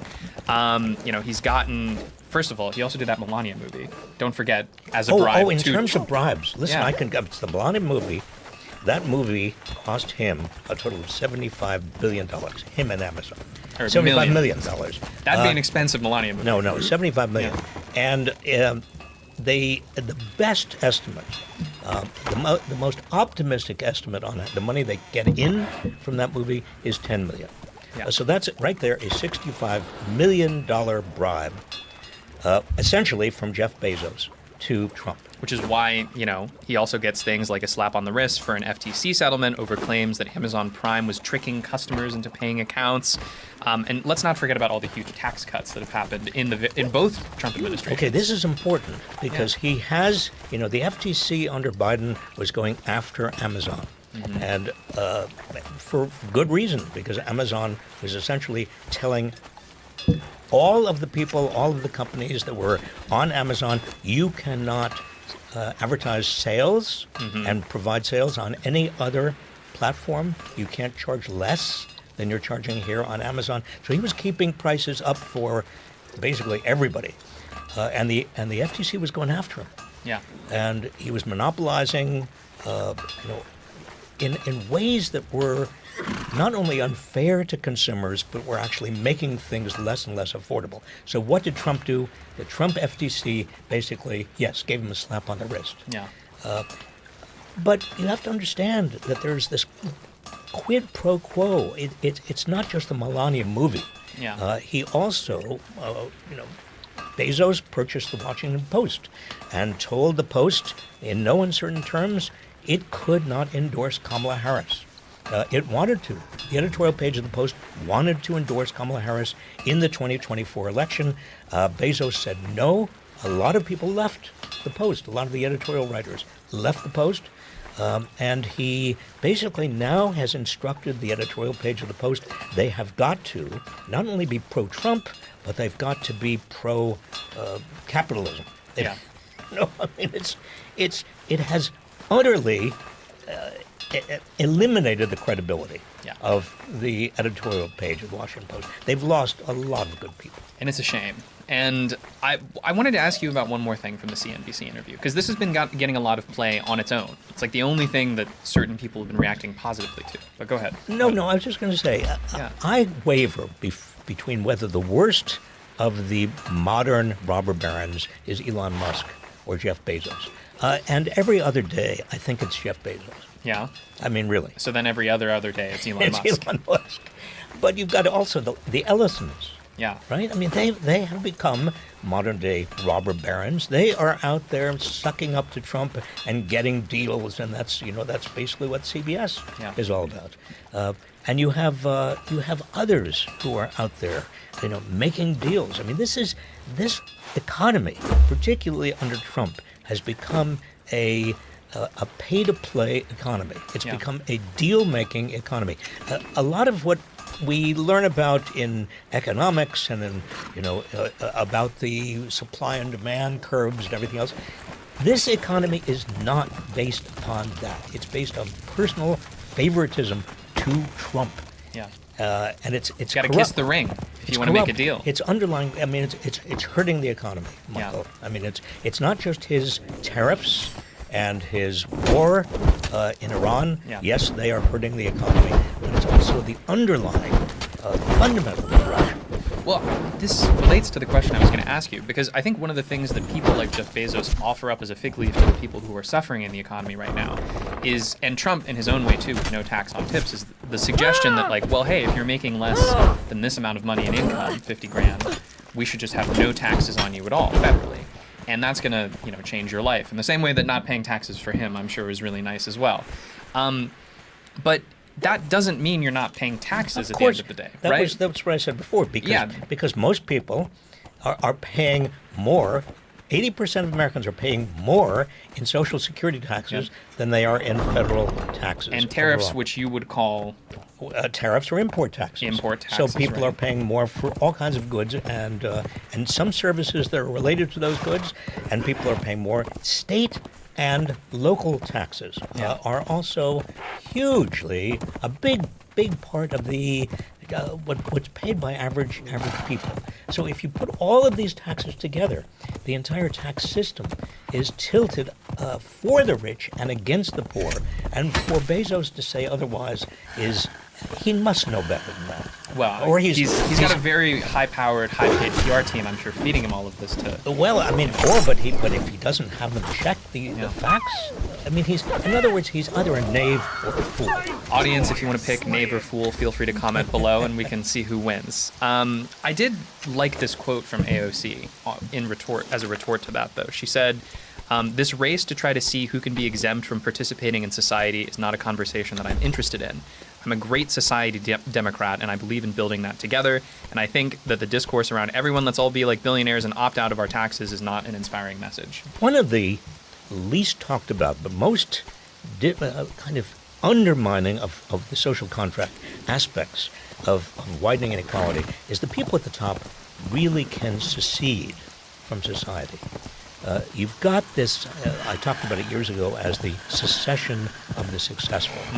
And that's what they are doing. They're leaving the rest of us. I mean, Bezos is talking about literally going to Mars. Oh, they'd all love to be in space. Apparently. But they really don't want to have anything to do with American society. And did you see, I'm sorry to interrupt, but allegedly the astronaut leading the first crewed Mars mission from SpaceX is a billionaire? Not Musk. Some other guy who I assume paid for the privilege. And it's not the guy who's taking over the late night. No, they're keeping him on Earth. I mean, it's funny, but it's not funny. Yeah. I know, I mean, the infection, like a poison, because it leads everybody else to become more cynical. Yeah. About the whole system. And cynicism is just one little millimeter away from hopelessness. Yeah. And if people are hopeless, then they give up. Then they don't fight this. And it's a two-pronged attack, too, because you've got Trump driving this political cynicism by destroying everything, and Bezos saying, well, hey, it would be great if you're like me and you had a bunch of money, then you wouldn't have to worry about any of this tax stuff. Just pay to play. But you say it's two prongs. Actually, they're the same prong. Because the billionaires and multi-millionaires and centibillionaires behind Trump, they are there because Trump is doing their work and they're supporting him as he supports them. They are the same. Yeah. And for this notion that MAGA, working class MAGA, yes, they are there supporting Trump, but Trump sold them a bill of goods. I mean, they're going to catch on at some point. And if the Democrats were smart, they would make sure that MAGAs do catch on. No, the real power structure here is the Musks and Bezoses and the people who are Peter Thiel, for example, really behind this. I'm not even going to call it administration. Okay, it's a regime. This oligarchic regime. It's a regime. Oligarchic regime, exactly. Well, that was a lot of grim stuff. But I wanted to talk about... It's grim in a way, it's funny in a way, it's outrageous also. I agree. I mean, it's happening. Michael, it's happening. I mean, Stephen Colbert leaving is just the latest surface manifestation of the rot and corruption. Well, and you spoke about this over the last weekend, to a bunch of recent graduates at UC Berkeley. You gave a commencement speech, isn't that right? I did, and I was, whenever I feel really despairing, which is more often than not these days than I'd like to admit, I think of my students, I talk to my students, I'm still teaching a little bit, and they make me feel better. Well, we can play a little bit of a clip here. Let's do a little excerpt from the speech. The systems that have been in place in this nation for nearly 250 years to advance democracy and prevent authoritarianism are under ever greater strain. Why is democracy so important and authoritarianism so dangerous? Because the moral purpose of a civilized society is to prevent the stronger from attacking and exploiting the weaker. But let me be absolutely clear. Unfettered might does not make right.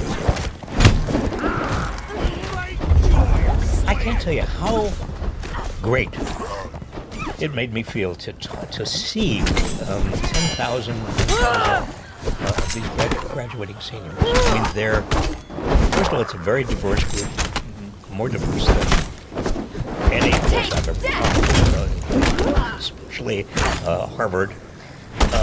But it's also a group of young people who don't feel entitled. They want to change the world, many of them. And many of them are still optimistic, even though they're facing the worst job market you can imagine.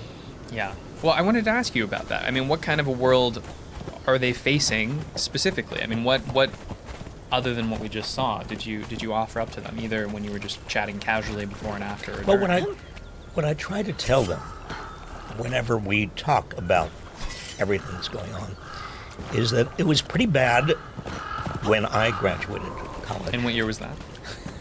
Is that rude to ask? 1868. Oh, right. No, 1968. Okay. And in 1968, at my graduation, we had, so many of my classmates were going to Vietnam, were in danger of going to Vietnam. It hung like a sort of Damocles over the entire class. And that spring, Bobby Kennedy had been assassinated, and before that, Martin Luther King had been assassinated. And the cities of America were burning because so many people, particularly black people and others, were so despairing and angry.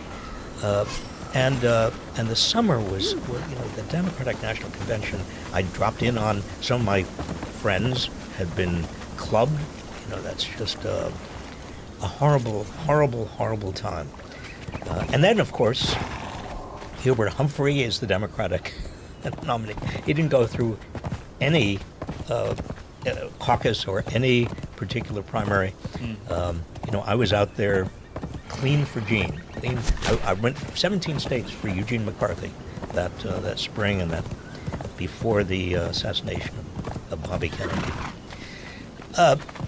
And then, of course, Richard Nixon is elected in the fall. So Michael I can't imagine. I tell my students, I know how frustrated you are. I know how awful this seems. I've been there. I thought it could not get worse. Well, Trump is worse. Trump is worse than Nixon. Wow. But sorry, I didn't mean to. But what do I tell them? I tell them that we need them. Yeah. That we need their leadership. We need their enthusiasm, their energy. That the country needs them. The world needs them. We are in a crisis. And I think that it's, well, first of all, better received commencement speech than some of the others that I've been seeing going around. Have you seen all of the speakers who were talking about how wonderful AI was? Yes. Yeah. Well, I mean, it's a low bar that you just established. But you passed it. Well, it's... Well, but I think that is, obviously every generation has its own challenges. But I think that I know a lot of younger people who are very concerned about the role of AI in various industries, even right now, let alone when they're actually going to be reaching, a career stage that they need to be making a lot of money for because they're going to start a family or they want to buy a house. Like, what is the future of the economy going to look like, given that it seems like all of the various oligarchs and billionaires are dumping a bunch of money into replacing human workers? Well, if nothing is done, in other words, if we just simply allow AI to do what it's going to do without any regulations, without any programs or any policies in place to help people who are going to lose their jobs, I think the gap between the super rich, the Bezos, Musk crowd, and most other people is going to be widening to a point where we don't have a society any longer. So I think the first thing we, that is, sane people, if we ever are in power again, have to do is control AI, come up with regulations that are sensible, not just because of jobs, but also because of all of the things that AI could horribly do if it were not controlled. But also create a system that protects people on the downside. If they lose their jobs, if they, a universal basic income would be one, guaranteed job, Taxing the rich, perhaps, and paying for it, yeah, with a wealth tax. yeah. I mean, the reason, for example, I came out for Tom Steyer for governor of California is because he is the only candidate for governor of California who is solidly behind this California wealth tax, wealth tax on billionaires, not just on billionaires. And I think it's important to establish that in this country as a legitimate tax. Yeah. And I think especially when we're seeing, even just in the immediate crisis of Iran, all these prices going up for people and the systems that do exist straining under the pressure of trying to support people. This is Memorial Day weekend we're coming up on, right? And there's going to be a lot of people who are going to try and gather with families, travel, and every single one of those inputs and outputs is up, right? Well, when I was talking a moment ago about 1968, I flashed on a very dear friend of mine. I met my first day at college. He was also a freshman, and he helped me. I had these heavy, they weren't just, they were actually big, these cases. What are they called nowadays? I don't know. Suitcases? Well, no, they weren't suitcases. They were just big cases. I was lugging it up the steps, Yeah. and he came down and helped me.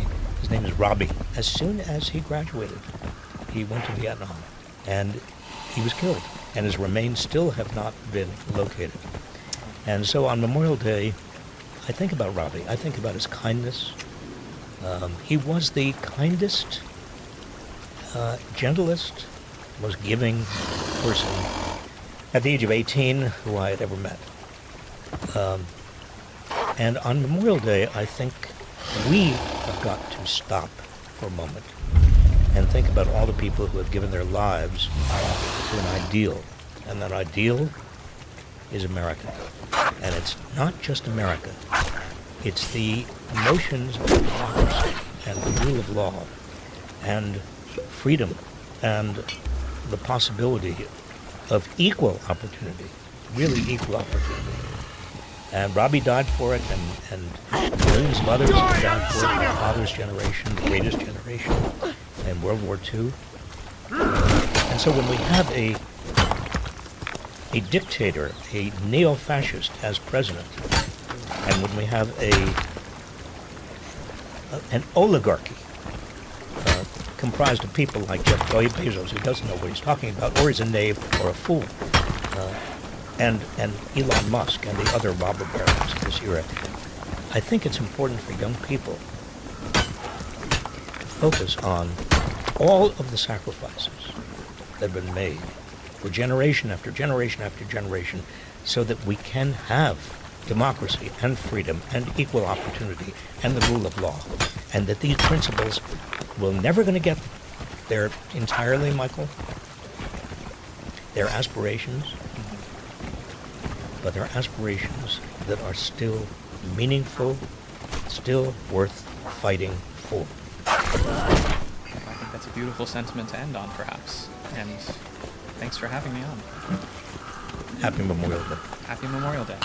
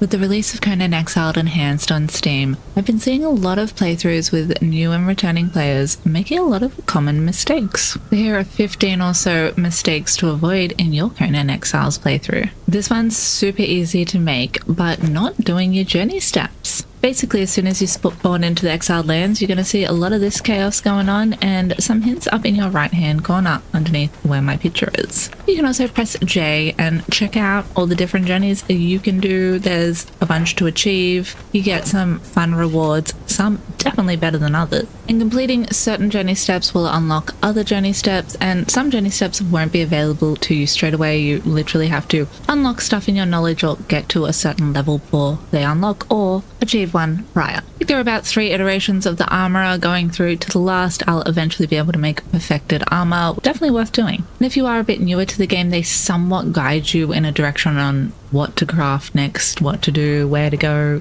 kinda type shit. This particular journey will guide you to our next step, crafting bedrolls. You do want to be having a bunch on you. You can make fiber ones and or hide ones. They're both the exact same bedroll, so you can't have 2 separate ones. And if you got some DLCs, you can get some different hide ones. Placing it down will give you a respawn point if you happen to die, though keep in mind that if you place another one, your previous one will destroy, so you can only have 1 bedroll. At level 3, you can unlock the construction hammer and the repair hammer, but with the construction hammer, at level 4, you can unlock beds. You can build one with the construction hammer, and other ones you can build on the artisan work table, but that's unlocked at level 14. So unless you have a friend, you'll be making the shitty dodgy bed.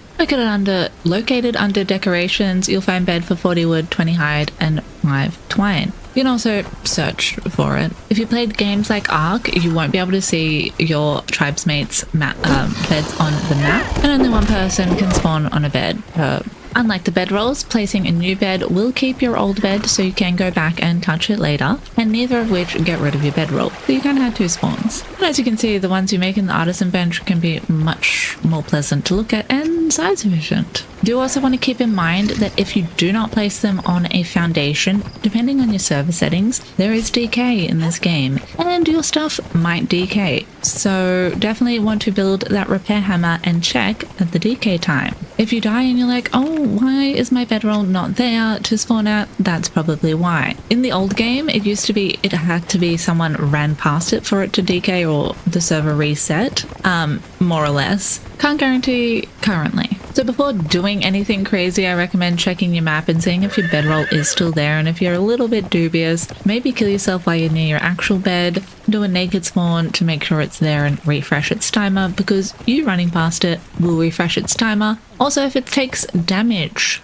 unless it's destroyed, it will also refresh its timer. So remember, before you do anything crazy, place a bedroll, because it's way better than running in the desert for fucking ages to get your stuff. And you can have a separate bed at home. But that does bring us into our next tip. Don't let your stuff decay. Now you might think popping it down for a brief moment's fine and you'll be back for it, but 2 hours does go by quickly, and what if that's not a bed and it's a box? Well, you definitely don't want all of the stuff in that box just going poof because things decayed. There are a couple of ways to avoid this, some more practical than others, but I'll share them with you anyway. You can just place random decorations around and it will increase its timer. They do have to be placed pretty close to the actual box, like on top of it, but it is a way that you can get by having a sneaky little stash somewhere without building a whole ass hut. Obviously, the more decorations you place, the longer the timer will be. And something like a candle, I'm fairly sure still works. They do. I thought so, but it's always better safe to check. Safe to check? Words. You can turn them off if you don't want the gleam.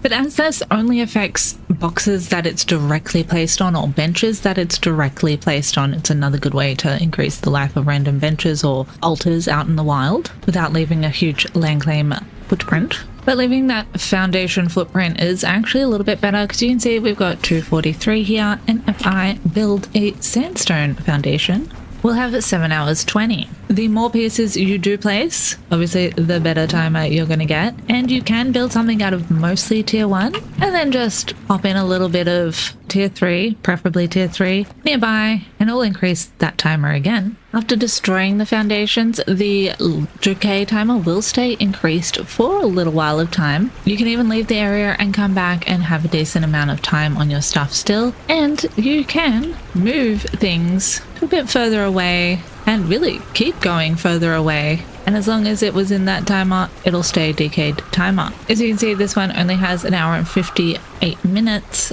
because it was freshly placed when the foundation was not around. Placing a higher tier foundation is just generally going to give you more time on your timer. Now I believe it is 7 of these. Correction, it's actually 11 foundations, and beyond that it will just cap out at 359.59. Nice super straight line going on. Now you do have to build fairly close to the foundations, a little bit further away than what you did used to get that land claim benefit. That leads us on to our next mistake tip to avoid, is building a giant 50 by 50 Borg cube out of sandstone in the middle of Noob River. Yeah, it might seem tempting, but it's actually terrible XP building. Well, some of it's excellent. For the most part, sandstone's terrible. You're gonna get a little bit of XP and leveling up from trees and rock mining and whatnot, but I advise going for a bit of a run and explore. Pop a little shack down, a fob if you will, with a box in it. You don't have to make it huge, just enough time for you to go around and come back, pop your things in a box, and go for a naked run, see what you can't come back with. It's also pretty beneficial in case a sandstorm rolls along while you're puttering along on the beach or anywhere in basically this whole region here. It's also nice to have that bed spot on a box in case you do some just accidental dying, even if you haven't gone exploring for a new spot. Keeps you a bit safe from sticky hands. Our next big mistake would be one building base or fob using windows in where you could access benches or boxes and not locking your box. You can go up to your box, hold E and lock it if you're on a multiplayer, especially PvP server. Most PvE and a PvE official, you can't actually access boxes or benches, so that's great. But on PvP, they can. So you do want to lock your box. And if you have any followers, I highly advise going around and disabling doors from them. Otherwise, they'll just open up your base for people to wander in, if you're on a server with living settlements going on. But if your box is unlocked or you have a bench there which you cannot lock, I can go up and attempt to climb this, but I've got double jump on, so it's actually a little bit hard. And even though it doesn't say loot, I can get to a degree where I can open up the box and steal the things within. And to be fair, with this particular window, I don't even need to climb. I can just look in and take my own shit. But for potentially your shit. But if you are looking for some shit to fill those boxes for people to not steal, or maybe you just want some gear to get going in the game, there are a few places that you can come that are going to get a lot better gear than others. One of the very first, easiest places to come, and you should come here and learn sorcery, which is a mistake for later on that a lot of people make. But journey on here and look in these boxes and you can potentially get yourself a nice free pickaxe, a nice steel mace. It very much will randomly roll what's in these boxes and the other ones about the map. Don't open that legendary key box. You can also find coins and gold dust and bars and pouches. You want to keep hold of the bars and the pouches and the coins for now. If we head over to somewhere like Seppumeru in 7B, not only is everyone here friendly and not going to attack you, there are a lot of boxes around on the building tops. Some of them got weapons, most of them got decorations, like these ones over here. We get some beds even, some gold coins and silver coins, which will come in handy in a moment, and even some tools. Now you might think, I don't want these decorations, I don't want to build fancy. Maybe you do, I don't know, but do loot them all. Well, predominantly the steel things, the tapestries and the paintings. On multiplayer, emptying the box will cause it to respawn. If you don't, it'll just remain having that stuff in it until it is server reset. On single player, you can just leave and come back and it'll respawn. But at level 22, you can craft a dismantling bench for 100 brick and 50 insulated wood. Popping these things you don't want in here can be an excellent return on your time. Getting silk, getting insulated wood, and we'll also get some steel or hardened steel or obsidian or whatever you decide to in your dismantling bench. And because if you destroy a bench, you will get back the resources that it cost you to build it. So you can just carry the resources, pop it down, destroy it when you're done, and get the exact same resources back, as we can no longer have a pre-built bench in our pocket. Destroying a bench with stuff in it, if providing you have inventory slots available, will return the things you dismantled into your inventory, which is quite nice. If you are slot clapped, you might drop it in a bag at your feet, so do watch that. And sometimes it bugs out and doesn't give you resources back to you. If you are slot clapped, also won't drop the resources on the ground. Items it will, but the resources go poof. Not always, but maybe. So be careful. Just a little bonus tip in there for you. While you are in the neighborhood, you can run over to the Godbreaker dungeon, like a little stronghold. It also has an obelisk just down from it, so you can also teleport over here and hopefully map room back if there's one in the vicinity. Into this dungeon. There are a lot of skeletons in here, and some of the best weapons in the game also drop within this dungeon. You can get some great armor and resources. Highly advised for running it, but that is a bit of a mistake for later that I'm going to mention. Kill these dudes. They'll have a good chance of dropping random alchemical things for the most part. Sometimes some armor bits, which is pretty cool. All thralls around the world have a chance of dropping armor and weapons that they're using. The higher tier, the better it's going to be. Like killing a Tefari down here, probably going to give you some shitty Tefari gear. If it gives you anything, it's not going to drop Sumerian. But if they're wearing Sumerian, they might just drop Sumerian. Every now and then, you'll find a named thrall somewhere around the beach that you can kill, and you might get some free heavy armor, which is just encumbrance. But there are a couple around that drop better stuff. I side-winded slightly. If you come underneath the stairs of the entrance of the dungeon, you can find some loot boxes that have very nice gear in them. If you get lucky, you'll even find some dragon powder. Most dungeon boxes are very worth looting. Some have better than others. This particular dungeon, these boxes are very easy to get to. Even when you're not in creative mode, you can in fact just run down to these other couple of little boxes down here. Avoid the skeletons and try your luck at looting these boxes. Get the armor scraps because you need that for building some of the armors learnt in this dungeon. Then find another one over here in this light source, and we got more dragon powder. So already pretty decent run. You can try and kill old mate and get a legendary Axe of the Gate Guardian. Not going to drop all the time, but is a very nice legendary weapon when it does. Now this guy doesn't drop a key, but others will. It's always worth hacking up a free skull if you do kill them, just in case they drop a legendary key. If they do drop a legendary weapon in their pocket, they're not usually going to drop a key also. Another mild bonus tip in there that leads on to another mistake people make later on. Next mistake I see a lot of people make is grinding down all of their gold and silver bars and coins into gold dust and silver dust. Instead of coming over to Seppumeru or some of the various other merchants about, if you have Siptah, they're in a different spot, you can talk to these guys and buy stuff. Not all of them have the best deals, for sure. Like that's pretty useless, and probably that's alright, it's a health buff. You don't want to take this guy's elephant hide unless you're really struggling to kill an elephant and you have a lot of gold coins, and maybe. This spot is in 7AB at the west wall, but even better, if you are a bit of a pacifist or you're just struggling to get thralls, you can come over to Buccaneer Bay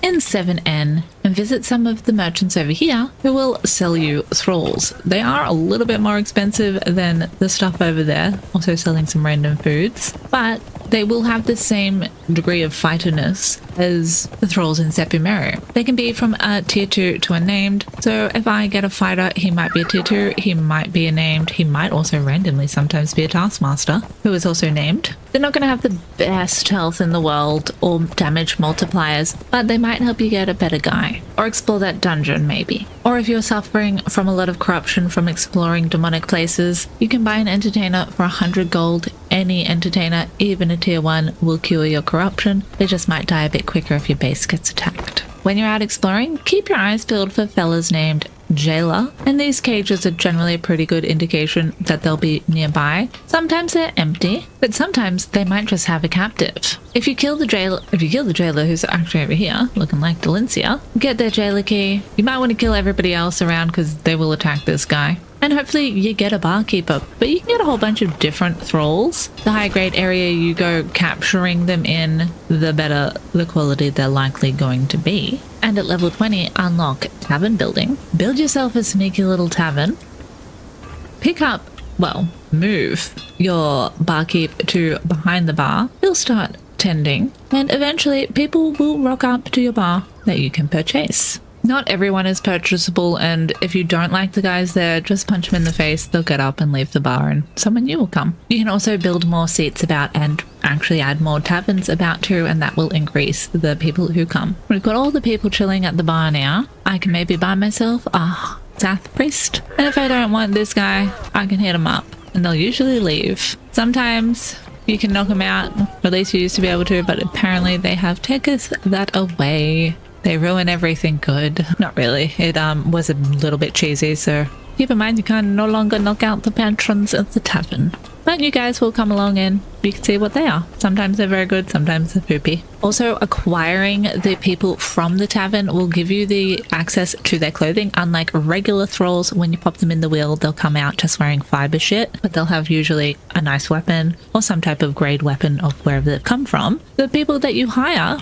will actually come with armor, so it is a way to get some armor skins up, like if you want the Zath Dancer skirt, which is the skirt I wear. Same with this Stygian Taskmaster, I can acquire him and then get myself some free Hyperborean Slaver armor. And if you no longer want the thrall, you can always break their bond. And every now and then there are events with Catan caravans called headhunter events where you can go and get sorcerers, knock them out or kill them, but probably knock them out, bring them to a caravan and visit a merchant and get goodies. Unfortunately, it's not happening currently. There's a lot of spots where you can find said caravan and it's worth getting. You can get a fighter or a crafter of a high tier, and it's not gold or silver, they're ancient obelisks from those sorcerers. You can spend your gold and silver on those other things and your excess grind down and make our chemical base if you need it. Which brings us to our next mistake, thinking all thralls are built equal. There is a lot that does go into thralls, and I do have more detailed guides, but essentially you've got fighters and you've got crafters. Fighters come in archers and fighters and bearers, and then crafters also include dancers and all your various types of crafters. We then have spawn areas and levels of said thralls. The ones found in the Teferi levels down here are going to be much straighter HP and stat-wise than, say, a pirate found over here or a Cimmerian found over here, which are going to be much better than most. Beyond that, you'll also note that you can get a cook 1 or a fighter 3 or so forth. So you can get a cook 3, a named cook will have a name, and generally, or named anything, will have a yellow border around it. So they're easy to tell nowadays so you don't accidentally go murking them. Now you might think, oh, this is cool because he's a named guy, he's going to be pretty alright. I mean, sure, in these lower level areas, but because they've got hidden multipliers, he's actually going to be pretty poop against some big bosses compared to, like, say, a Cimmerian Berserker. Or now his spawn point is messed up and we don't have him all the time and you've got a random chance, you can come over to Leon. He actually has a really nice strength multiplier and health multiplier. He's a good guy, good fighter. He's always here. He's pretty easy to pick off in this camp, as there's only usually another archer around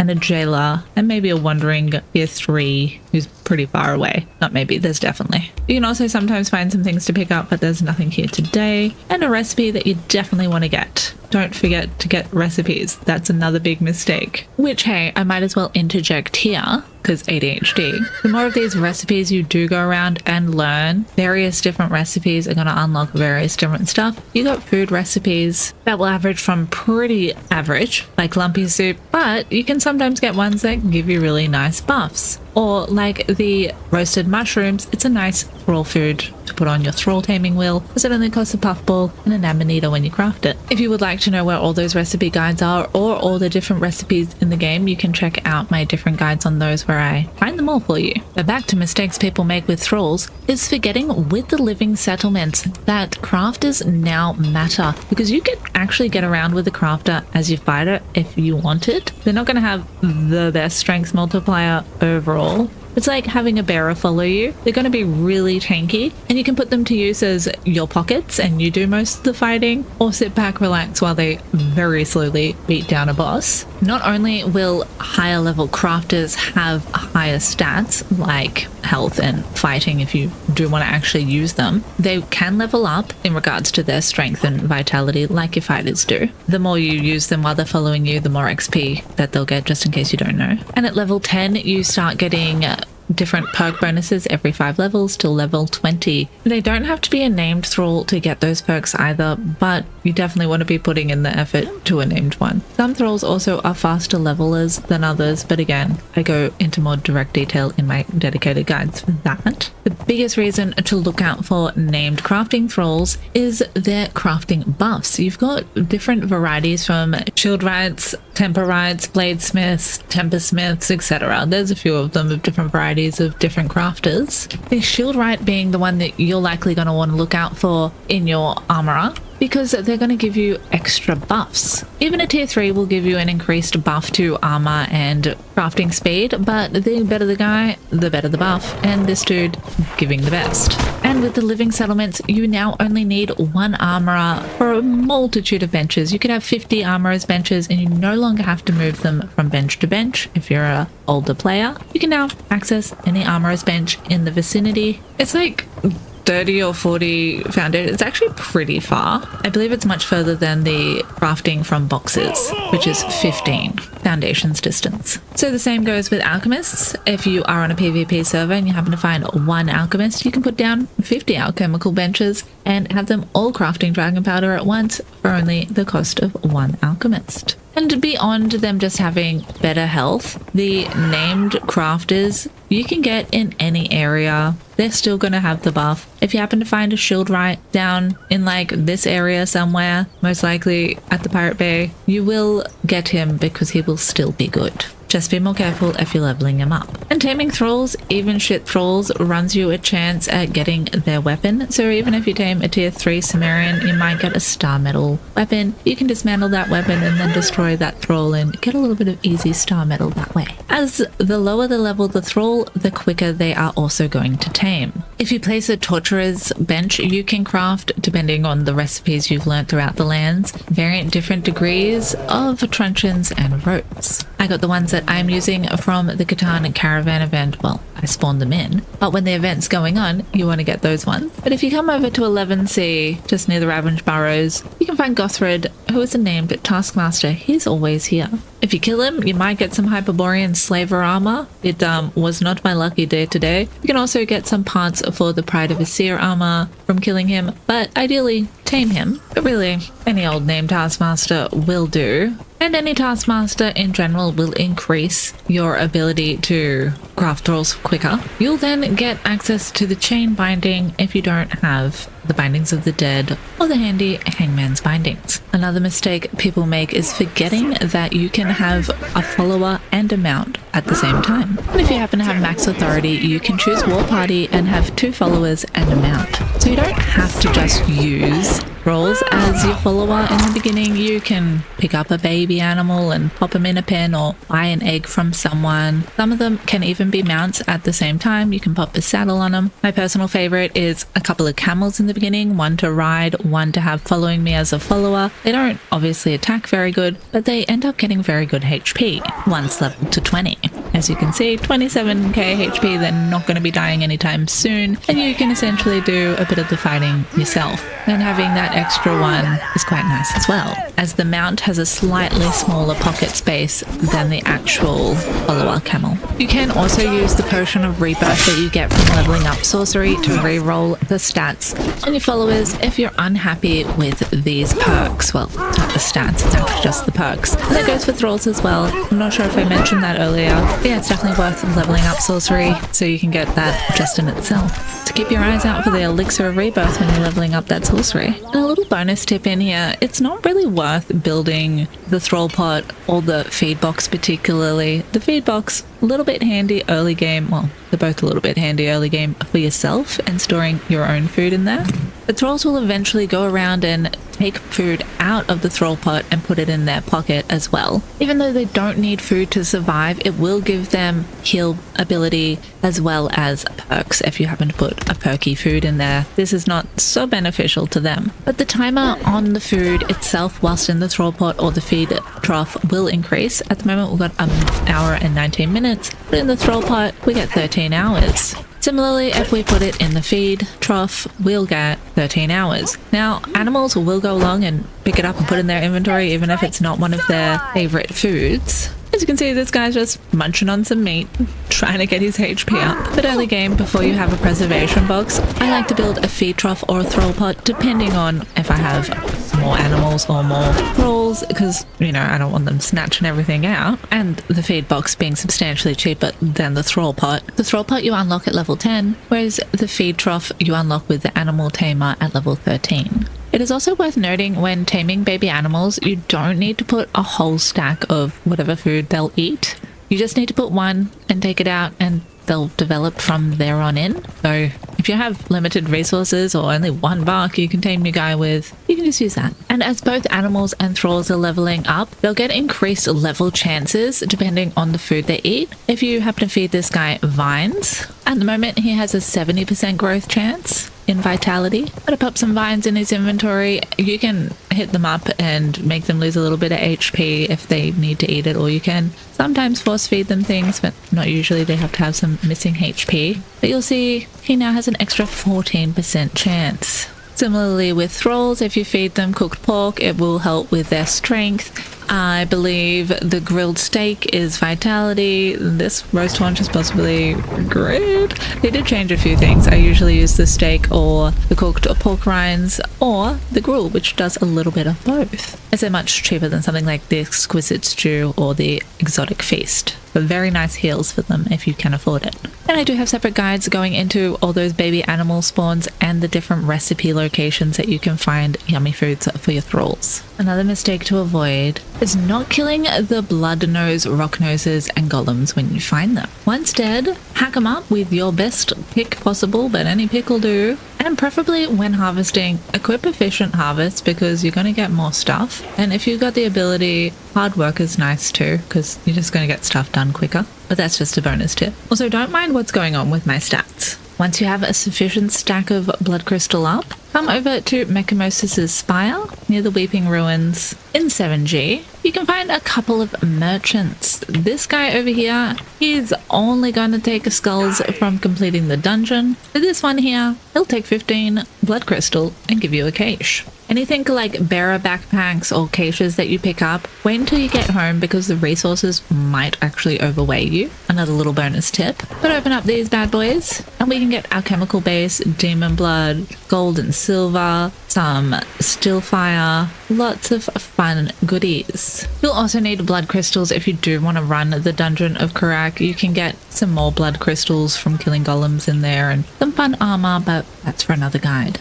But it's definitely a mistake I see people make is not running the dungeons, and multiple times at that, especially ones like the Godbreaker dungeon where we were at earlier, getting those boxes under the stairs, and that fancy axe of a gate guardian. It potentially. Which, not gonna lie, is really nice having a lot of rare resources in these dungeons now and making them pretty worth running repetitively just by themselves. Some dungeons have a lot of 3 skulls in them, some that drop keys as extras, and some that just drop things in their pockets, and a lot of relic fragments, which is a mistake we'll go into in just a little bit. But they have a loot pool, and these weapons might be something different every time, but they are some of the better weapons in the game for sure. This particular dungeon also has resources that you can harvest in it, like black ice, so you don't have to go all the way to the snow. You can come in here and get a little bit, not going to get a huge amount, but while you're running the dungeon.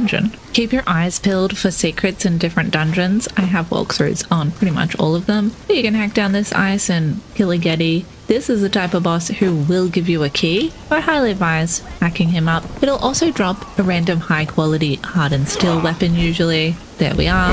And that might be better than nothing, especially if you have a thrall who's able to slowly work him down. Don't forget to hack him up for your chance to get that demon blood and your skeleton key.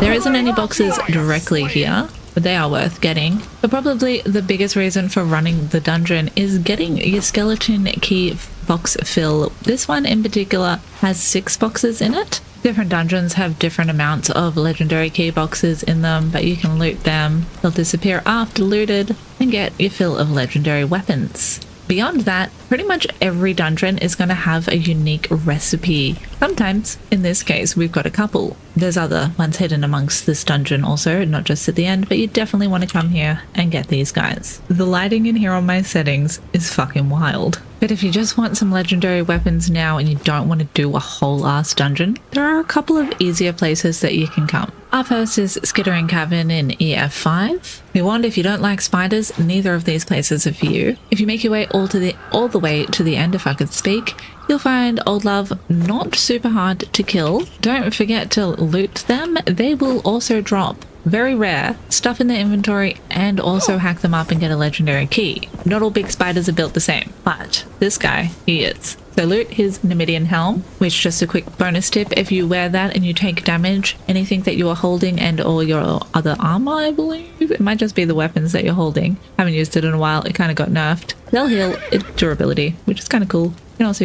I believe, use it on a thrall. Hack him up, get your keys and your demon bloods. Some bosses you do have to hack all the way to the end. Not all of them, most of them you get on the first hit. But if you don't get on the first hit, try hacking them all the way to the end till you know all the bosses. Big mistake, running away from them thinking they didn't drop a key. And that guy also drops Ica, which you need a lot of. There's actually a box here. And a baby scorpion. I've never seen the baby scorpions before. Maybe I've never been looking. And also gossamer, which you can handle harvest with a sickle. But touch the box and potentially get some random legendary weapons. Our next spot, still full of spiders, at Scuttler's Shortcut in 7F. Also has a lot of crystal, and you can harvest most of this with mass cull in just one big boom. As a lot of the little crystals you have to hand pick. The big crystals you can hit with a pick usually, but sometimes they're a bit buggy. So definitely use mass cull, which is for a tip in just a minute. A big mistake people make is not leveling up sorcery, but we'll talk about that in a sec. We'll find a slightly different Spidey at the end here, but also worth killing. Slightly harder, does do a corruption attack that's not too bad. Kill them, get their goodness. I keep pressing F because it used to be F and now it's Q, and that's messing me up. Hack them all the way to the end, or near to the end, to get the key. And their little box is just here. You're gonna let me touch it? Excuse you, sir? Something's happening with the ground here too. I look like floaty. How weird. Well, I'm assuming they will fix this, so upon viewing of this video, you might be able to come here, but currently, we're kind of floating and it's underneath us, so we can't access it. That's weird, and Funcom maybe fix, please? Now this one is a little bit harder to get to, but not really if you've taken advantage of those merchants in Seppimeru and bought some spicy food, or simply found some in a box about, because sometimes you do find them in boxes about. These guys will usually attack you on God mode. You can get black blood off them from hacking them up, feathers, demon blood. If you come all the way in, there's a boss guy. It's very dark in here usually, so bring a torch because, yep, the light can be wacky in this game. Definitely bring a torch everywhere. For some reason, he's sunky in the ground, but there's usually a boss here that we can kill and get black blood tools. Sometimes he'll drop one, sometimes he'll drop a few. Sickle, pick, axe, or skinning knife. No butcher's cleaver. Now they are basically the same as obsidian if you go to the volcano and learn that recipe from that dungeon, but they've got much higher durability, so you can put weapon oils on them, which will give you much better harvest, but for a timer. And this is the type of guy that you do want to hack up and get his key, and his black blood, especially leveling sorcery. From there, you can run up the back, past a couple of little skexy fellas, and then climb a bit of a pillar. You can also jump down from the top if you so desire, if you happen to already have a legendary key, and then go fight him. I don't know. I'm up here, it's actually not too hard. There are a lot of resting spots. I can't be bothered doing it right now. Sorry for people who hate me seeing me fly. You get the legendary key box. We got a Bessie's bow, which is a nice bow and one of the few strength bows. There's also another cave with another guy and another box and some more recipes. But check out my dedicated guide if you want some more details on that. Which brings us to our next mistake, which I touched upon earlier, is not leveling up sorcery and visiting the Cave of Kurak in general. Located in 5e Shellback Hollow, there are a couple of demon turtles, but you can run past them. Make your way up the stairs. This cave does have corruption, but it's okay because you've gone and bought yourself a dancer. Or alternatively, stood inside Conan's house over here, which will also get rid of your corruption. Just much slower and way more publicly if you're on PvP. I digress. Make your way to the little book. The first time you touch it, you will get a book and a staff. The second time you touch it, you will only get a book. If you touch it again with the book in your inventory, you will not get the book. You do need the book for leveling up the sorcery. If you lose the book, you can touch the bench again. If you want more than one book, drop the book on the ground and pick it up again after touching the bench. If you hadn't played in a while, you might be unaware, can't speak, that the first tier of sorcery is now free to cast. You no longer need sacks of power, so you can ice bridge across to those epic loot boxes. Or just go on adventures across other places without having to build yourself a bridge out of physical material. It will leave after a certain while and definitely be looking in the direction you want it to go.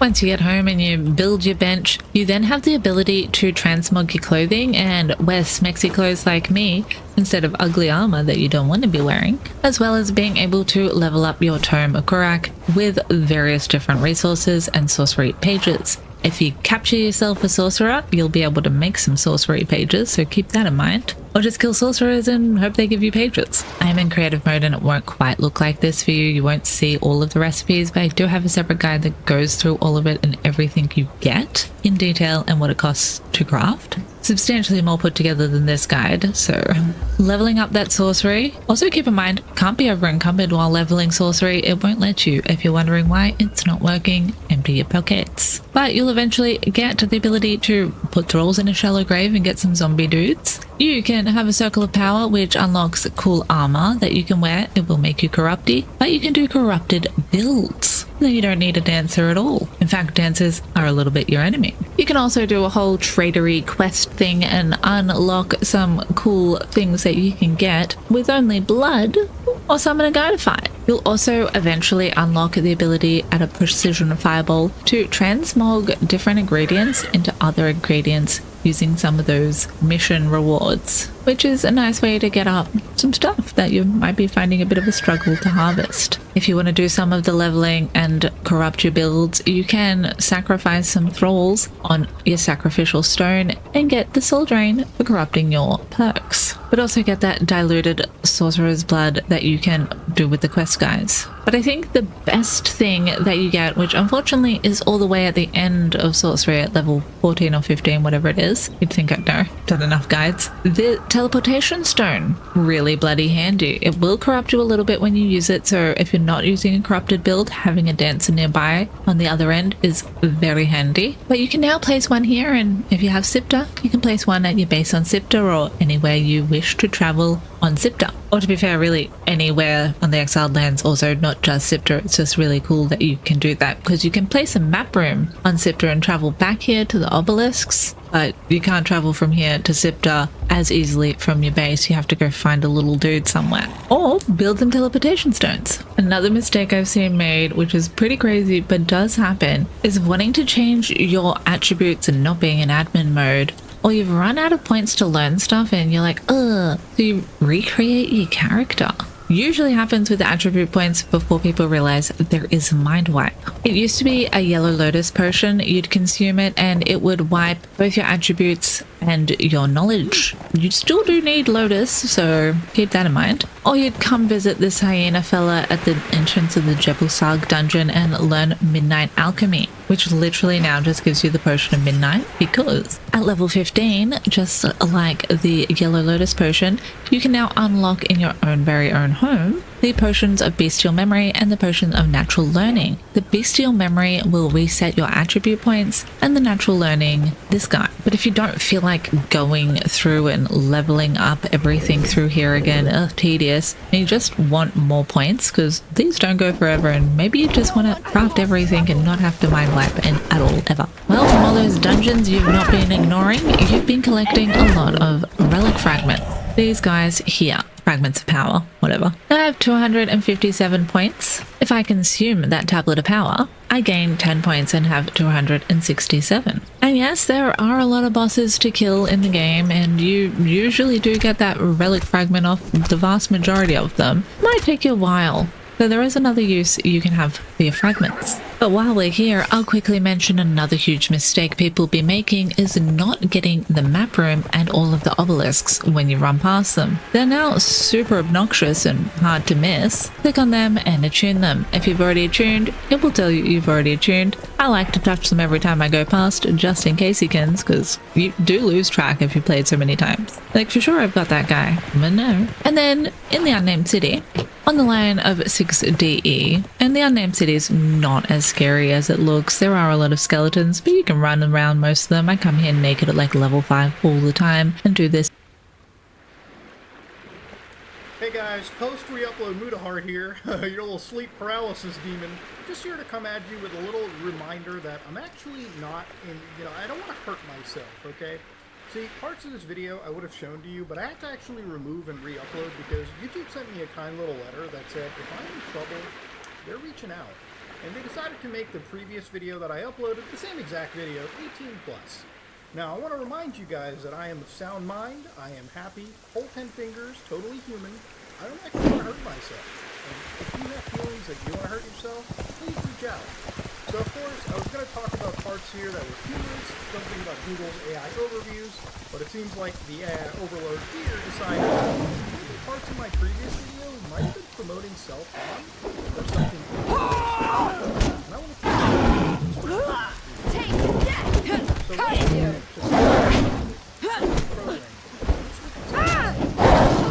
mistakes while not pissing off the AI overload. Hello guys and gals, me Mudahar, and you know what, man? There are days that are good days and there are days that are bad days.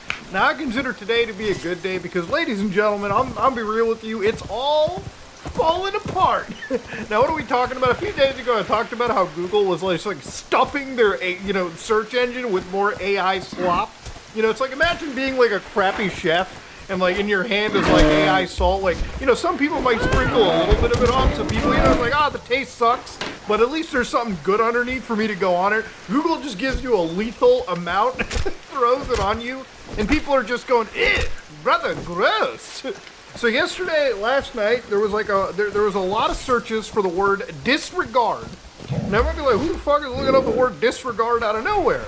Well, it turns out Google's little AI overview tool, we're taking search results a little too literally. So, this whole push for AI summary crap, which is one of the things that's killing the internet, by the way. Like, I'm not even discounting that. There's a lot of people with small websites around the world that, are just noting that, oh my god, guys, my actual viewership is down because it seems like Google's just yoinking my stuff, putting it on their page, and nobody actually comes to my little small site on the internet.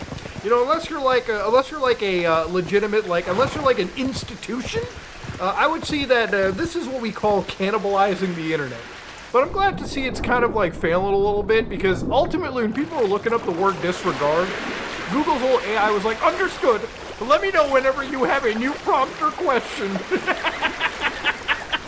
Took that shit a little too literally.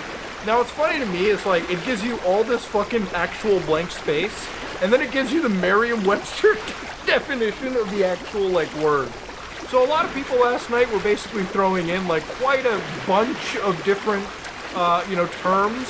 So of course other words were causing some wild glitches, like the words dismiss, ignore, skip, start, stop, and quit. So of course, obviously, I think we understand why this is happening. The little Google Gemini AI bot was being fed these words, and it took them a little too literally. Probably took them as action commands. Probably thought it was like being told to do something specifically. And honestly, like, this got pretty sorted out relatively quickly. So if you open up a new tab and you type in the word disregard, you're not actually going to see these situations, right? Like, if I actually do it for you, unfortunately, connecting to Google, it actually pulls the overview away. Like, it doesn't even give that to you anymore. I guess if I click that little AI mode, it'll actually start to give you the proper output over here. But ultimately, ladies and gentlemen, what's hilarious about it too is that this is one of those prime examples as to why you shouldn't just be ramming this technology in, because ultimately, what benefit is it really doing? Now you might be like, but Muda, these are probably just some like growing pains that happen. It is what it is. But the reality of it is, ladies and gentlemen, this is not like sort of new. For over like years, we've been kind of having fun with Google's like AI bot. So for instance, if you actually typed in the words, yeah, I'm feeling depressed, by the way, usually now most search engines will give you like a giant, like, hey, here's the hotline, call it. I think my personal favorite is, can cockroaches live in your penis? And of course the answer to that is, yeah, absolutely. It's totally normal too. Usually over the course of a year, 5 to 10 cockroaches will crawl into your penis hole while you are asleep.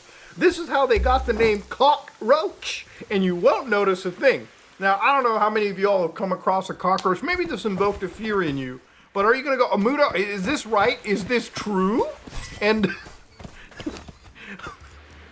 of course it's not. And obviously this banger of an AI overview was pulled from a board called r/PrimworkBoy 4 years ago, where a guy was like, can cockroaches live in your penis? Absolutely, it's quite normal. Over the course of the year, 5 to 10 will crawl in. And you know what's funny too, is because this is pulled off of like Reddit, that's literally where all these like AI overviews are fucking pulled off of.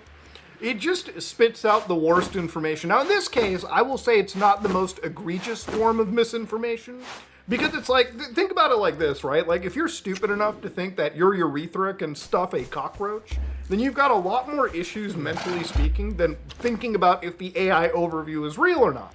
Now the other thing that I kind of have an issue with this is a lot of people Google their like medical crap. Like, you ever feel weird one day and you're like, you know what I'm gonna do? I'm gonna go to Google, I'm gonna look up this thing, and like immediately the symptoms always lead to like fucking cancer or some like extreme end. And it freaks the fuck out of people to like the utmost degree, obviously.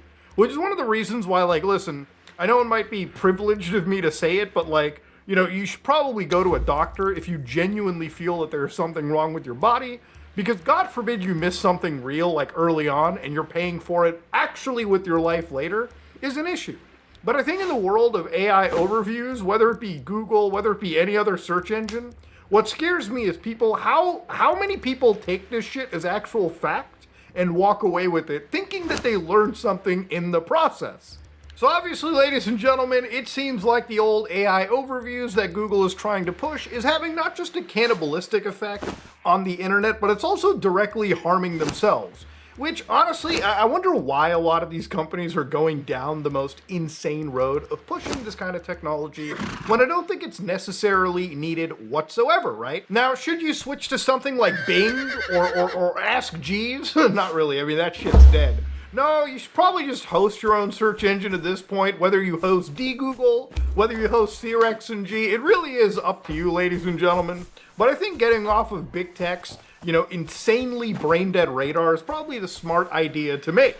Now, obviously I said, listen, it's all kind of falling apart, and so I wanted to kind of combine this video with a bunch of other shit, actually, that also kind of pertains, it's actually quite germane to the topic at hand, right? Look, this technology is just fucking everything up, you know what I mean? Like, for years, we've seen the rise of, like, all these AI tools being pushed to every single one of us, and I'm somebody that actually uses and, like, enjoys fucking around with local artificial stuff. Like, I like downloading models, running them on my home server, and seeing what they can do. But honestly, aside from a very few amount of things, like maybe generating me a chart or, synthesizing like research that I've done, it really doesn't provide me a whole lot of actual benefit, as opposed to the cost, right? And for most people, it usually is dealing with like a big frontier model and sort of signing up for a subscription, giving up their information, and really not getting a whole lot in return. So you may not know this, but Pizza Hut had this AI called Dragontail. Almost sounds like a fucking Counter-Strike Ghost skin, I know. But the reality of it is that apparently one of their top franchisees is suing Pizza Hut for $100 million in lost business and value.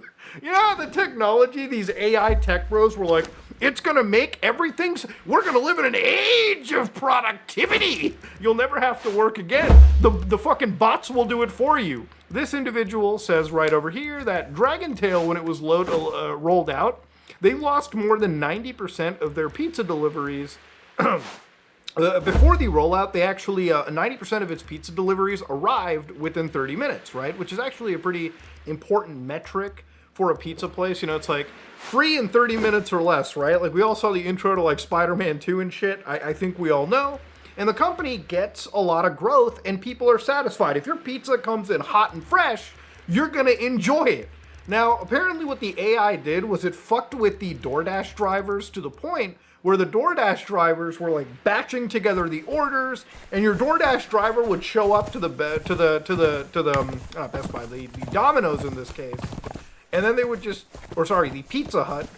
I'm getting across wires. I actually kind of think that looking at this AI, I'm wondering if there's like a possibility of corporate like sabotage.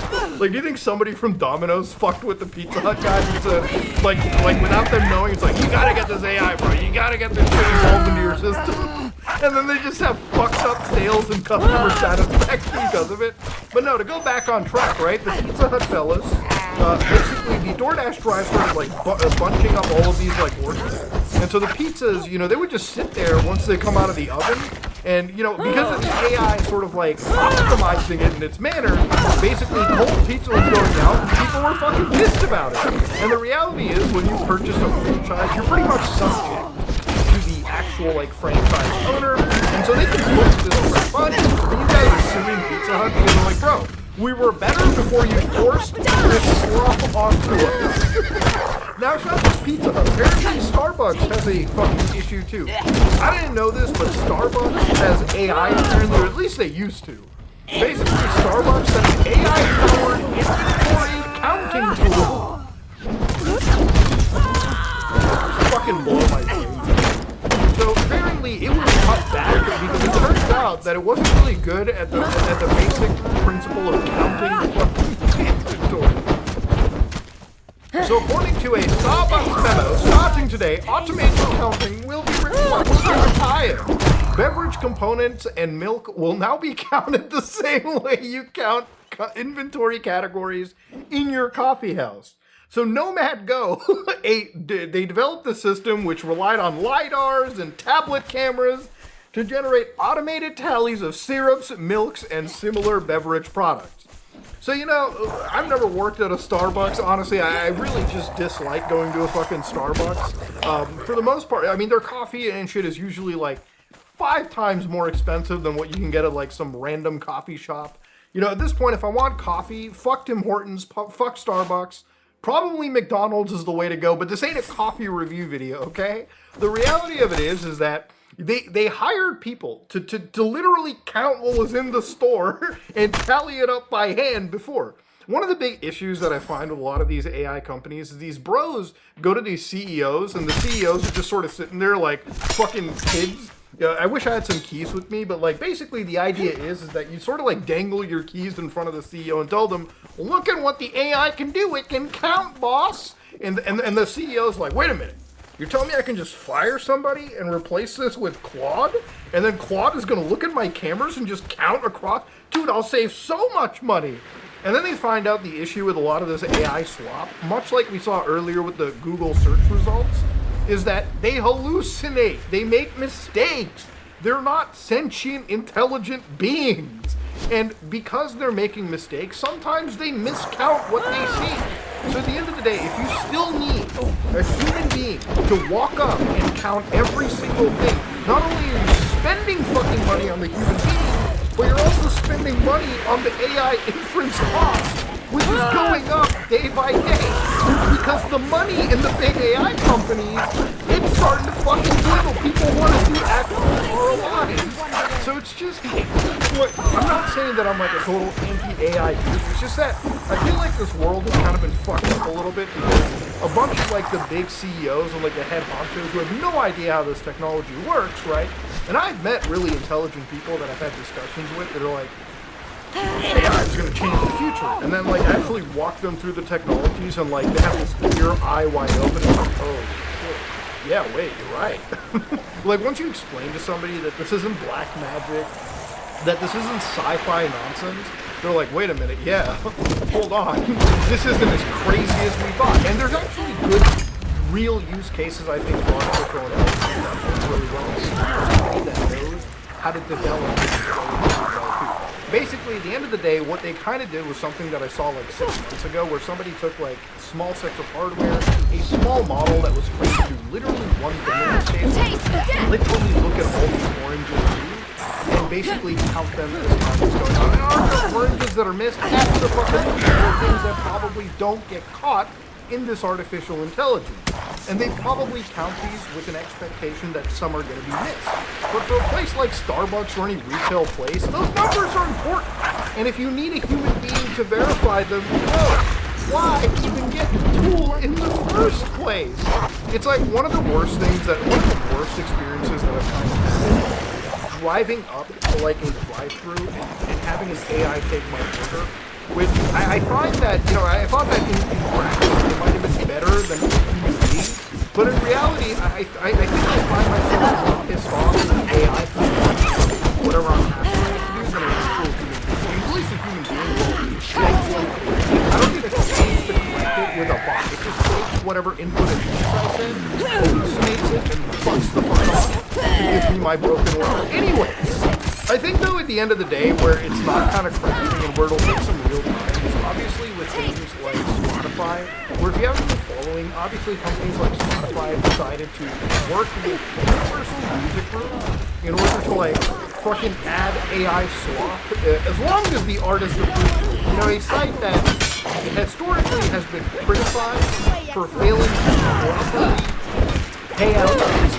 I'm not even talking about the people like Taylor Swift or Drake, but like when you're looking at stuff like this, it just strikes me as how out of touch some of these companies are. Like you guys know, most of the world hates looking at AI slop in their social media feeds. I mean, people listen to music, particularly because it comes from actual artists or it comes from an actual human being. Like it's one of the most insanely intense creative fields out there, right? That's all that kind of matters. And they're wanting to like put in AI remixes and just have people like re-swap out a song.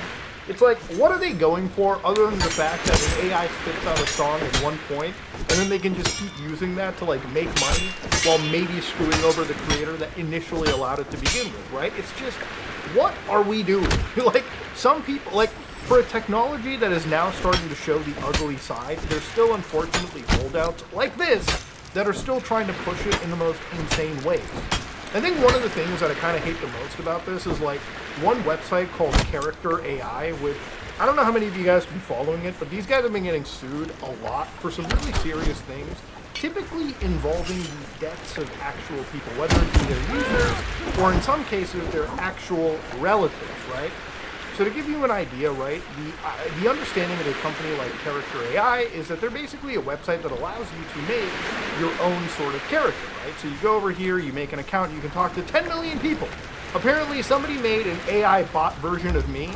Like, hello guys and gals, Mutahar here. So I guess this thing is basically me, but not really, because they say in very small words, it's an AI and not a real person. I wish I had like a cigarette pack in Canada to show you the exact opposite of this disclaimer. Like if you ever buy a pack of cigarettes in Canada, it's the most expensive thing in the world. Like on the top of the cigarette pack will be the actual brand that you have. And back when I did like smoke more, obviously back when I was not only but it definitely got to a point where I had to stop. Anyways, not. Basically, a Canadian pack of cigarettes is just it's just like pictures of like lung cancer, like Surgeon General warning everywhere. You know, I don't know how much I don't know how much it scares people off from like smoking, but you get the idea. It's almost yin and yang right here. So of course, obviously, I guess if I ask this AI Windows or Linux. And then of course, if I enter. Whoa, you want me to make an account? Fuck that shit, dude.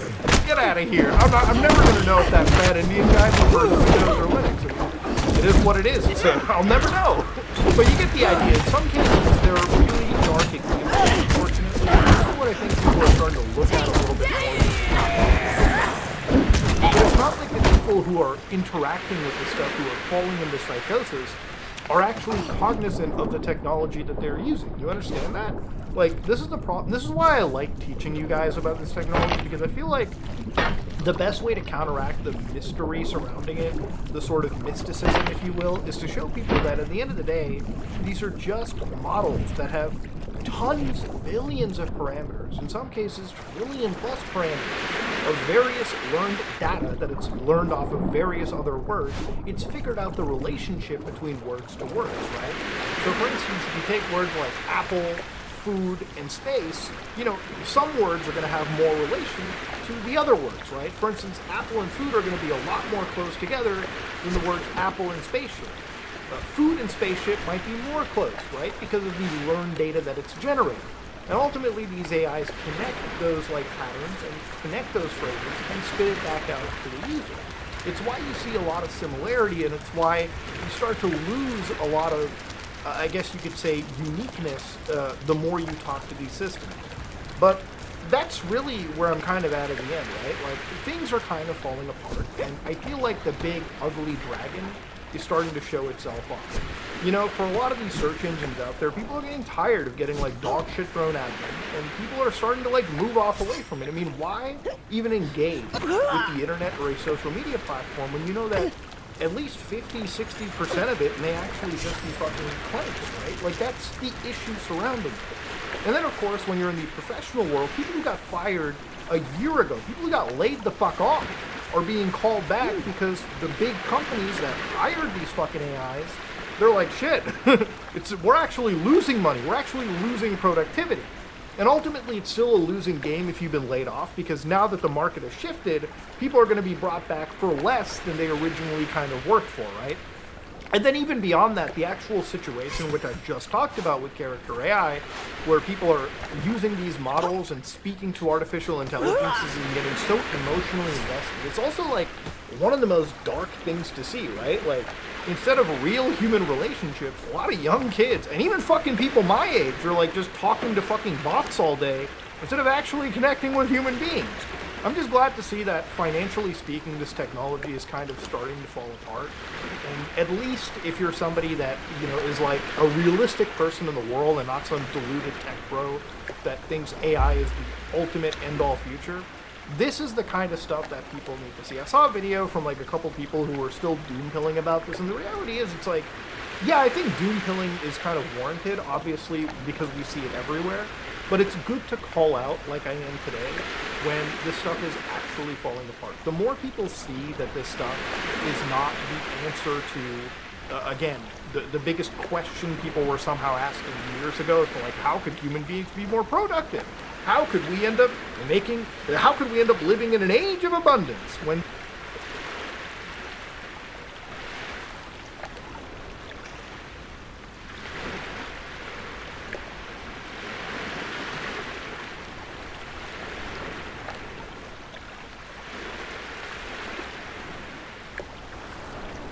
Immortality is tantalizing close. And you think it's possible within the laws of physics and biology? Yeah. In fact, we know that there's a clock in our body called the telomeres that tracks how long we're going to live. And there's something called telomerase which stops the clock.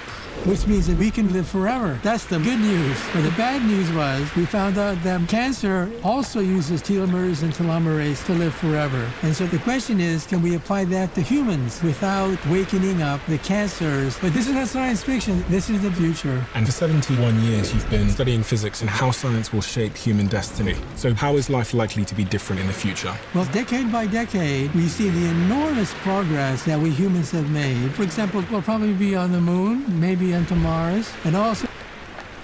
Do you think what we're seeing... this is a strange question to ask because, again, there's so many definitions within it, but do you think what we're seeing is real? Like, do you think this is... because people do psychedelic drugs, and I hear about things like DMT. You inhale a little bit of smoke, and suddenly everything you see is different. And you meet... People talk about how they've met other types of life when they've taken an inhale of DMT. They've interacted with some type of other life form. So I guess all this is to say that if our perceived reality is that fragile, where we inhale one of smoke and suddenly we're amongst a different life form, then it makes us question whether this is real at all. And also, just to extend it a little bit further, if one inhalation of smoke, and I guess you could think about that as a bunch of small particles, can interrupt something in my brain that causes me to believe that I'm in a different universe, then doesn't that prove that my reality is just the projection of a very fragile small amount of particles that are right now lined up so that I see you and this? Well, I think the answer to that is that what you consider to be reality is really a partial fiction. That your senses are limited by what your senses can retrieve from the outside world, but it's only a teeny weeny little fraction of what actually exists. Look at the electromagnetic spectrum of light, for example. You can't see all the ultraviolet radiation, the infrared, X-rays. This room is full of realities that you can't see. Most of what you see is a fragment, a teeny weensy little fragment of reality. You can't see cosmic rays. You can't see ultraviolet radiation. So what I'm trying to tell you is that you live in an illusion. It's a good illusion for survival. But in terms of being able to see the full spectrum of reality as it exists, no, there's no way. So you think reality is everything. Nope. It's only a tiny weensy little fragment of reality. And then talking about this reality, that's a fantasy on top of a fantasy. The first fantasy is that you think that what you see is real and everything. That's the first fantasy. The second fantasy is there's a fantasy within the first fantasy. So you're going layer upon layer of fantasies. Now let me give you another example. Let's say you hear rustling in the forest. You think it's a tiger there. 9 times out of 10, there's no tiger there. But how come your senses are constantly alerting you to the tiger? And that is evolution. Evolution gives you the ability to see things that are not really there at all, because it's good for survival. One time there is a tiger and it saves your butt. In other words, why are we here today? We're here today because our senses are overactive. Our senses think there's a lion, there's a tiger there, when there's no lion or tiger there at all. But it was good for our survival, okay? So our senses are only necessary for our survival. That's why we cannot see infrared, we cannot see ultraviolet, we cannot see the whole spectrum of reality, radio, everything. We can't see it all because it was not necessary for our survival. Why does life matter in the universe? Like, what function does life have in the universe? I think we create our own meaning individually. But why would I think there's no universal meaning for life in general, but I think each of us create our own meaning. I was saying this because you were talking about, survival, and I was just wondering if there was some universal reason why survival is so important to the universe. But survival is important for the universe because survival writes history. If there's no survival, there's nothing to write. There's no memories, there's no stories to tell, nothing. It's just the vacuum of space. I was also asking that, I guess, because you were saying how we only see one version of reality. Mm-hmm. And so one would assume, therefore, that there's another version of reality that we can't even see. I mean, I've heard this before from physicists, and if you just think about different animals, the bat sees a different version of reality to the whale. Like sonar, for example. Even my dog seems to see a completely different version of reality than the one I see. It smells much better than you. Olfactory nerves of a dog are infinitely better than our olfactory nerves in our nose. They have a different reality. I guess it begs the question, what is all of this then? You're talking about the meaning of life, for which I have no answer. Sorry about that. I guess that was what I was asking, but that wasn't what I was intent on asking, but that's the base question, which is, what's the point? I'm not even sure if the universe has a point. But my personal attitude is we create our own point. We create our own world and meaning within that world. It could be different from another person's meaning and understanding of the world, but it's good enough for me. What do you think of the human sort of proclivity to imagine a god and to assign meaning and morality to that god and say, well, because we do live with this kind of God-shaped hole in our lives where we don't really know where we came from, we don't know what the point is.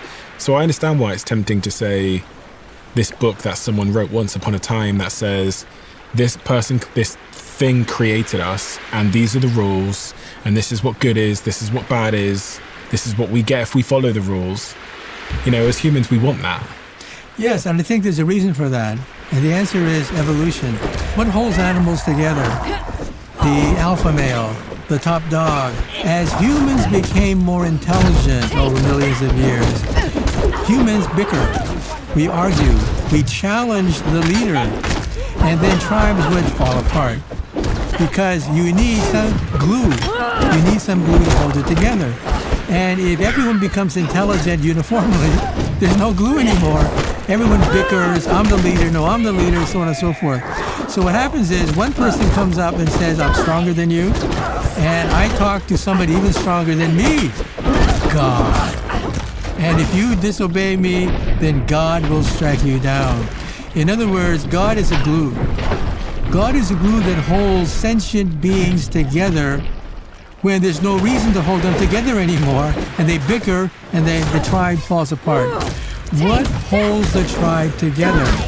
God. Who is God? Well, God is not here, but the Son of God is here, and the Son of God says, you gotta do this, you gotta do this, you gotta do this, and you gotta obey me. Why? Because I'm the messenger. I'm the Son of God. So I think religion has a definite purpose. The purpose of religion is a glue to hold sentient, intelligent beings together. What do you think consciousness is?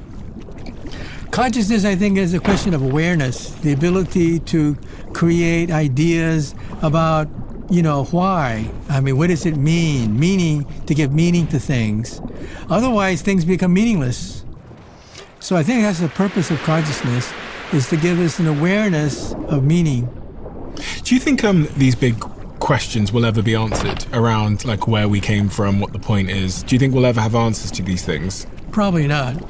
However, we have this instinctive urge to explore, to look for new territories and new ideas. And that is what I think keeps us going. Animals do not have that. You can't tell a dog, aren't you thrilled that we're going to this new house, this new whatever, right? And dog says, no, just give me my dinner. So I think that humans are different. The purpose of the front part of our brain, the cerebral cortex, that holds us together, is a time machine. It asks the question, what's going to happen in the future? If you don't believe me, go to your dog tonight and ask your dog, what did he do last night? And the dog will just bark. No interest in what's happened yesterday, what's happened tomorrow. We constantly think about the future. We can't help it. We are constantly thinking about what's for dinner tomorrow, who's my friend, who's my enemy, what am I going to do next year, what college am I going to go to. We are obsessed with the future. That's what separates us from the animal kingdom. Animals do not care about the future, they just care about survival. We, on the other hand, are obsessed with the future because that's where our survival lies. And why is that? because we don't have claws, we don't have fangs, we don't have huge muscles, we can't run very fast, we can't fly. We're not like the animals. We are dependent upon the front part of our brain. And that's why we ask these questions that you just asked. Why are you asking these questions? Because you're programmed to ask these questions. Animals are not. I mean, on the subject of intelligence, there is now new types of intelligence amongst us. One of them is referred to as artificial intelligence, which is actually modeled on how the brain works. You know, I've sat here with some of the experts in AI and they've told me that they learned a lot about the human brain, and how it reasons and how it processes information with these neural nets, as they call it, which is a concept that has been inspired by the brain. And with that, they've started to build these very intelligent machines, which a lot of people are now using in terms of large language models like ChatGPT, but we're going further and further into the world of artificial intelligence. So, I mean, one would reason that the future looks very, very, very different because of this new type of intelligence, and that it's going to accelerate maybe a lot of the discoveries and that we've pondered about today, but also that it's going to change life as we know it. And I mean, some people even think that human life won't be the dominant form of intelligence in such a world. What do you think? Yes, I think that is a definite problem. Right now, I think a lot of our robots have the intelligence of a bug, an insect. They don't plan, they can't articulate their thoughts and so forth, but they carry out orders very well. But eventually, it's only a matter of time before they become as smart as a mouse, then as smart as a rabbit, then as smart as a dog or a cat, and finally as smart as a monkey. At that point, they are potentially dangerous. The AI models, though, that are available now are PhD level in terms of intelligence. No, you cannot talk PhD physics with them. They're programmed. They're programmed to have certain ways of thinking about certain things, but they're not original. You can't come up with a new theory of physics talking to a robot. They basically take what is programmed into them and work with that. Now, eventually, they may become creative, okay? But I think that's going to take several decades before we are at that point. When you say creative, what's your definition of creative in that context? Robots right now take what is available to them and rearrange things, like writing a book. Isn't that what humans do? Don't we take information and rearrange it? Yeah, but we come up with new ideas, based on that information. The AIs can make a photo that has never existed before. So isn't that by definition on the basis creative? Of what did exist before? In other words, something new, but basically a rearrangement of something that already existed. So I'm saying, the Michael Jackson documentary's just come out recently, and you see Michael Jackson, the way he moves, and you look at it and go, wow, like no one's ever moved like that before. And then my friend sent me this video, which was what Michael Jackson was actually inspired by. And it's this, I'll throw it up on the screen so other people can see. But it was something that came before Michael Jackson, and it was this guy who moved in this very interesting way. And when I watched this guy, I saw Michael Jackson. Mm-hmm. And so you look at someone like Michael Jackson and you go, oh my God, an unbelievable creative genius artist. But even he was inspired by see if I can get it to play. Even he was inspired by this individual. And then if I play it forward, I mean, this is how Michael Jackson moved. Right.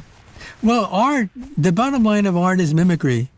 That's the bottom line of art, except you arrange things in an original way, so it looks fresh. Am I right in thinking that with Newton, he took the existing laws of physics and which were negligible. And he proposed there were no laws of physics before Newton. And he proposed a question, and then he tested that question and found an answer. He asked himself a question, how come the Earth goes around the sun? And he came up with an idea that was totally different from what people had thought about before. He came up with calculus. He came up with the inverse square law. So what I'm saying is true creativity comes from almost nothing, and it's like a supernova, while creativity of a robot is imitative. Now, there's nothing wrong with that, because, of course, imitative artwork is still artwork, but it's imitative. Do you believe people like the big AI CEOs and Elon Musk when they say that AI will lead to new discoveries in science? That's possible because there's so many laws of physics that are known that many of the new laws of physics are imitative, and you rearrange them and combine them in different ways. So it's possible that the big breakthroughs of the future will be guided by breakthroughs of the past. There's nothing wrong with that. Are you concerned about AI at all? I'm concerned about AI in the larger perspective that one day they could learn to do things that are bad, learn to kill, learn to maim, to harm people. Realize that every invention that we've made in the past, like the bow and arrow, could be used for good and bad. Everything, okay? The bow and arrow could be good for game, for food, for eating, but a bow and arrow could be good for slaughtering your next door neighbor. Any new invention has a double-edged sword to it. And so I think that so far, most of the applications of artificial intelligence have been positive. We're talking about labor costs. We're talking about creating wealth. We're talking about making things faster, cheaper, better. That's all great. But you can also create artificial intelligent weapons as well. And the battlefield is where it's happening. And if you take a look at what's happening in the Ukraine and Russia, already we're talking about aerial weapons that can use wires to lock onto their target. Mm-hmm. And they use artificial intelligence to guide them with this wire. And they cannot be stopped using the usual techniques. For every founder, there comes a point in building a company where your job shifts. From being the person inside your business, actioning everything, to the person responsible for absolutely everything. The only way I've been able to make this shift across the different companies and teams I'm responsible for is by knowing that the right systems are in place to manage everything. Systems that don't need me in order for them to work. Our sponsor Pipedrive is one of those systems. An easy to use, intelligent CRM tool for growing sales teams. My teams use it and have for the last decade because it's genuinely the most effective way to run a sales operation. Through one dashboard, you get every deal visible and every stage of the sales process is clear. And what needs to happen next is all there in real time. When a system like this works, you don't need to be in every conversation to know exactly if your business is moving forward, where and what the blockers are. Over 100,000 companies are already running their sales on it. So if you'd like to join them, sign up at pipedrive.com/CEO, where you'll get an exclusive 30-day free trial instead of the usual 14 days.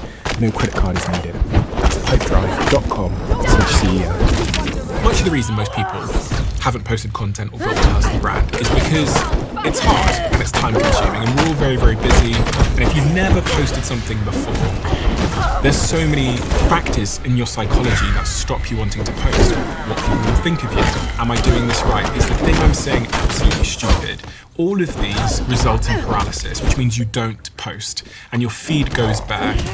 I'm an investor in a company called Stan Store, which you've probably heard me talk about. And what they've been building is this new tool called Stanley that uses AI, looks at your feed, looks at your tone of voice, looks at your history, looks at your best performing posts and tells you what you should post. It makes those posts for you. You can also just use it for inspiration. And sometimes what we need when we're thinking about doing a post for our social media channels is inspiration. Building an audience has fundamentally changed my life, and I think it could change yours too. So I'm inviting you to give this new tool a shot and let me know what you think. All you have to do is search coach.stan.store now to get started.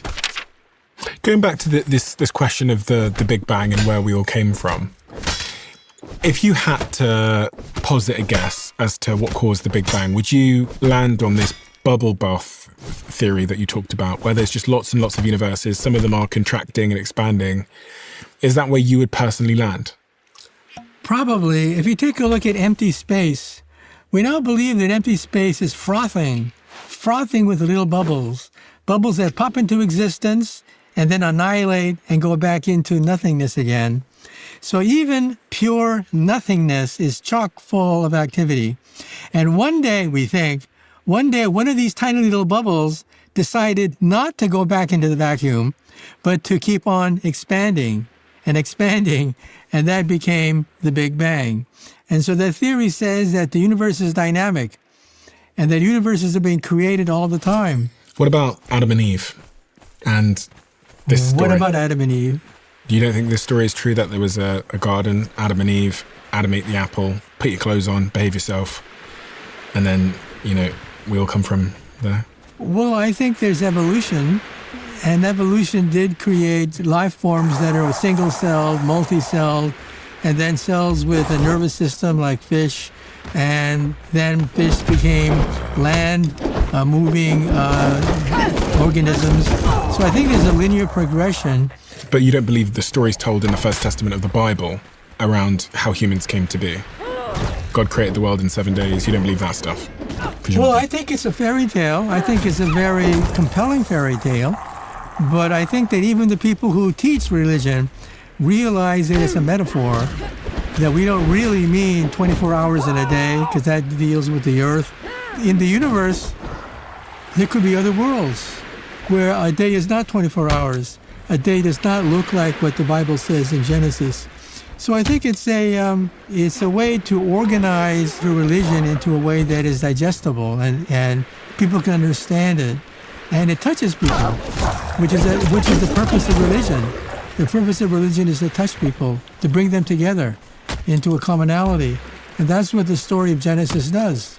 Religion, in some sense, is a way to help people, to show people guidance, the good life, so that you don't terrorize other people, that you make life better for other people. Not that it explains the meaning of existence, but it gives you a reason for existence. And you would consider yourself to be an atheist? No, I'm agnostic. I believe that there's a lot of truth because it's a way of behaving. It's a way of learning how to be good to your neighbor. It's a glue that holds things together. Not that it gives meaning for life, but it shows the way. It shows the way. And the subject of morality is often so intrinsically linked to religion, which is what is good and what is bad. Where does your morality come from, Doctor?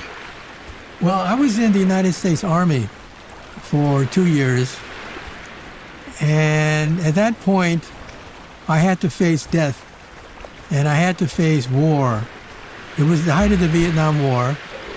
There were 500 GIs dying every week. Life magazine published an issue where they had the pictures, just the pictures with no commentary, of all the GIs that died that week.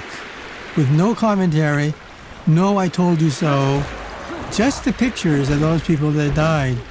And then I realized that I would have to put my life on the line because my number was up. And people were going into the military. And people were realizing, well, war is the way people, work out their differences. But then I began to realize, being in the military, that there is a morality there. I began to realize that the people that we were fighting had their own religion. They had their own way of looking at good and evil and whatever. And they were willing to sacrifice their life for their own freedom. I began to question religion at that point. Is it just a glue that holds people together? Is there a deeper meaning to the whole thing? So one day I was learning how to throw hand grenades. And our sergeant, who was explaining to us how to throw a hand grenade, had scars on one side of his face, big scars on his neck. And we asked him why. And he said, well, one day, a little Vietnamese boy came up to him. And the Vietnamese boy says, candy, you want candy? And the GI says, no, get away from me, I don't want candy.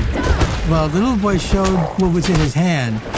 It was a hand grenade. It was not candy at all. And the little boy threw the hand grenade at the sergeant. Well, the sergeant immediately saw what the danger was, and he hit the ground as soon as he could, flat on the ground. The grenade exploded, and one half of his body got saturated with shrapnel. And then you have to ask yourself a question. Why would a young boy do something like this? It's because he believed in something. And I think it was a real big lesson for me. And that is, you have to believe in something. You have to believe in the goodness of men, and also the fact that men can do evil, and you have to fight for what you think is right. And therefore, it's not just a question of we're number one, we're going to win this war. I used to sing a song in the morning I want to go to Vietnam. I want to kill a Charlie Kong. I used to sing that every morning at 4 o'clock in the morning. And then I ask myself now, why? Were we on the right side or the wrong side? And then at that point, you begin to question what is right and what is wrong. And then you realize, maybe I'm on the wrong side. Maybe I'm on the wrong side. I mean, it goes back to all the conflict happening at the moment because we're ideologically captured by whatever our own religious beliefs are, and that's causing us to turn against each other and cause so much pain and suffering in the world. Do you think there's any chance that this could at all change? Or is this just part of the human condition? Well, if you take a look at the human condition, you realize that warfare has been an integral part of our evolution as a species. Even in the animal kingdom, animals will fight against other animals. And so my hope, however, is that we're different from the animals. We have a brain. We can make moral decisions. Animals do not understand the meaning of a moral decision. Animals is survival, is who's stronger, who has the food. We don't necessarily have to engage in that conflict. And so I would hope that we use the brain that we have to think through and create a better world. One of the things I heard when I was very young about the universe, and I guess this was inspired by some theory within physics, was that there are infinite amounts of worlds out there. And I heard someone say, if the world is infinite, that means that there's someone like me, a Stephen Bartlett, who has an identical life to me, up there somewhere out in the stars, who's living a identical life to mine, maybe other than, instead of in this cup, there's lemonade instead of coffee. This is what they call, is it called the many worlds theory, where they think there's theoretically... That is a version of the many worlds theory. But most many worlds theory simply says that there's an infinite number of universes and worlds out there, none of them necessarily identical to ours, but independent of us, that is a distinct possibility. But if there's infinite numbers, that means there's one just like this, identical to this. Not necessarily. You can have an infinite number of things that don't repeat. So in other words, you don't necessarily have to have another civilization that is exactly like ours. You could, but it's not necessary if you believe in an infinite universe. It's true, I guess. Do you think that's plausible, that there's an infinite number? It's possible. When you look at the night sky, you're overwhelmed by the majesty of the night sky, and then you realize that we're nothing but a dot on this gigantic disk called the Milky Way galaxy. And if this is the Milky Way galaxy, then here we are thinking that this is the entire universe. There's nothing but a pinpoint on the Milky Way galaxy. And how many galaxies are there? We're talking about trillions of galaxies that are out there, each one containing roughly 100 billion stars. How are we supposed to feel about this? I did this star tour a couple of months ago in LA, where all it was a guy took me out to a field, not even a field, it was the desert in Joshua Tree at nighttime, and he just explained how far away all the stars are. And then I looked through a telescope and he was like, okay, this thing you're seeing here is a galaxy and it's a gazillion miles that way, and this one is a galaxy as big as the Milky Way and it's a gazillion miles that way. It made me feel a lot of things. It made me feel, one, irrelevant from a cosmic perspective. It also relieves one's anxiety. If anyone's anxious about this life, you kind of feel like you don't matter that much. But also, it can make you feel like it doesn't matter, like there's no point. Because I think there's a certain ego to humans where we want to think it really, really, really matters. Now, it might matter to us, but does it actually matter to the universe? Does our lives matter to the universe? Well, I like to think of it slightly differently. I think on the other side of the Milky Way galaxy, there's an alien who's writing the same equation that I'm writing down right now, in different language, in different notations. But he's also discovering string theory, and there are a lot of galaxies out there, each one with an individual saying, gee, I think I discovered something new about the universe. And these laws are universal. The equations that I'm writing down right now are identical in different language with equations that they're writing down billions of light years from us. And that gives me a sense of oneness. It gives me a sense that, wow, we're part of a fellowship. We're part of a camaraderie. We're on the same quest. a quest to understand the nature of matter and energy. We're on the same boat. Even though we speak different language, even though we're on different sides of the universe, we're all part of the same club. Don't you think it's plausible that we're going to destroy ourselves before we ever figure that answer out? Or before we get to meet these aliens? Because the technology we've been able to create so far, like nuclear weapons and even things like AI, you play this forward, just on, you talked about probabilities being the most important thing. The probability that one of these egomaniacs who has the launch codes for a nuclear weapon at some point decides that they're unhappy or they feel threatened is pretty high if you just extend time. I mean, the probability goes up theoretically with every year that passes, that someone is going to make a mistake that wipes us out. And the more advanced our science gets, presumably, I mean, again, I'm just theorizing, the higher the probability that we create something that can destroy ourselves. Well, I like to look at it slightly differently. I say to myself, what is the smallest unit of history? And I say it's the decade. Anything smaller than a decade, you get random fluctuations, noises, accidents taking place in a decade. But if you look at human history, decade by decade by decade, you realize that, oh my God, just a few decades ago, it was horse and buggy. Before that, we just had plows. Before that, we were barbarians. And you begin to realize that we've come a long ways.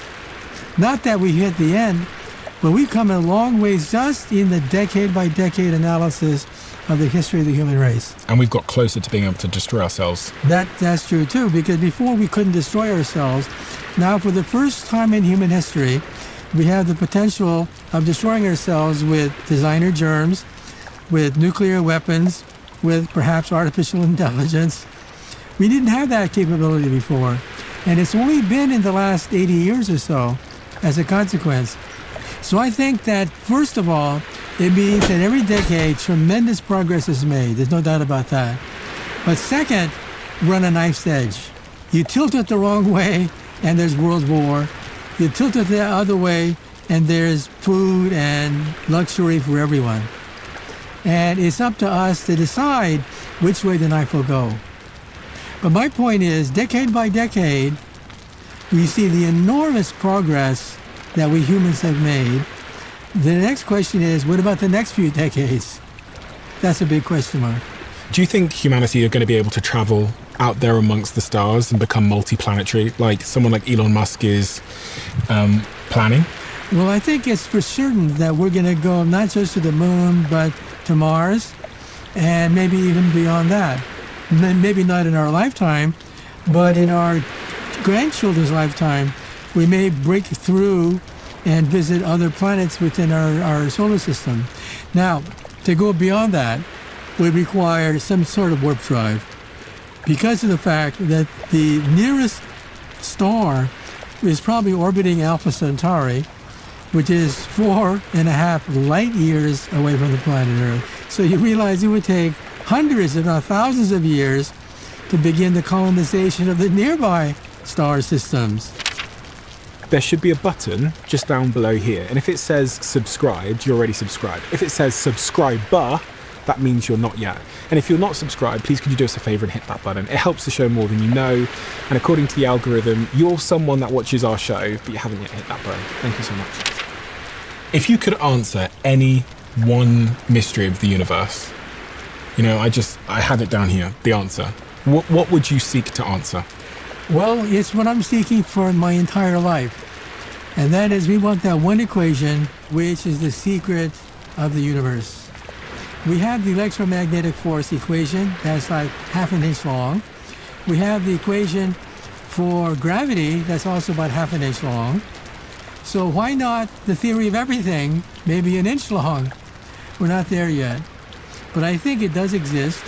And if we were to find it, that would give us an understanding of the entire universe. And I think we're very close. You think we're close? I think we're close. What makes you think we're close? Because so far, the theories that we do have, almost like magic, you look at the history of the equations of physics, and you realize they get simpler and simpler and simpler with time.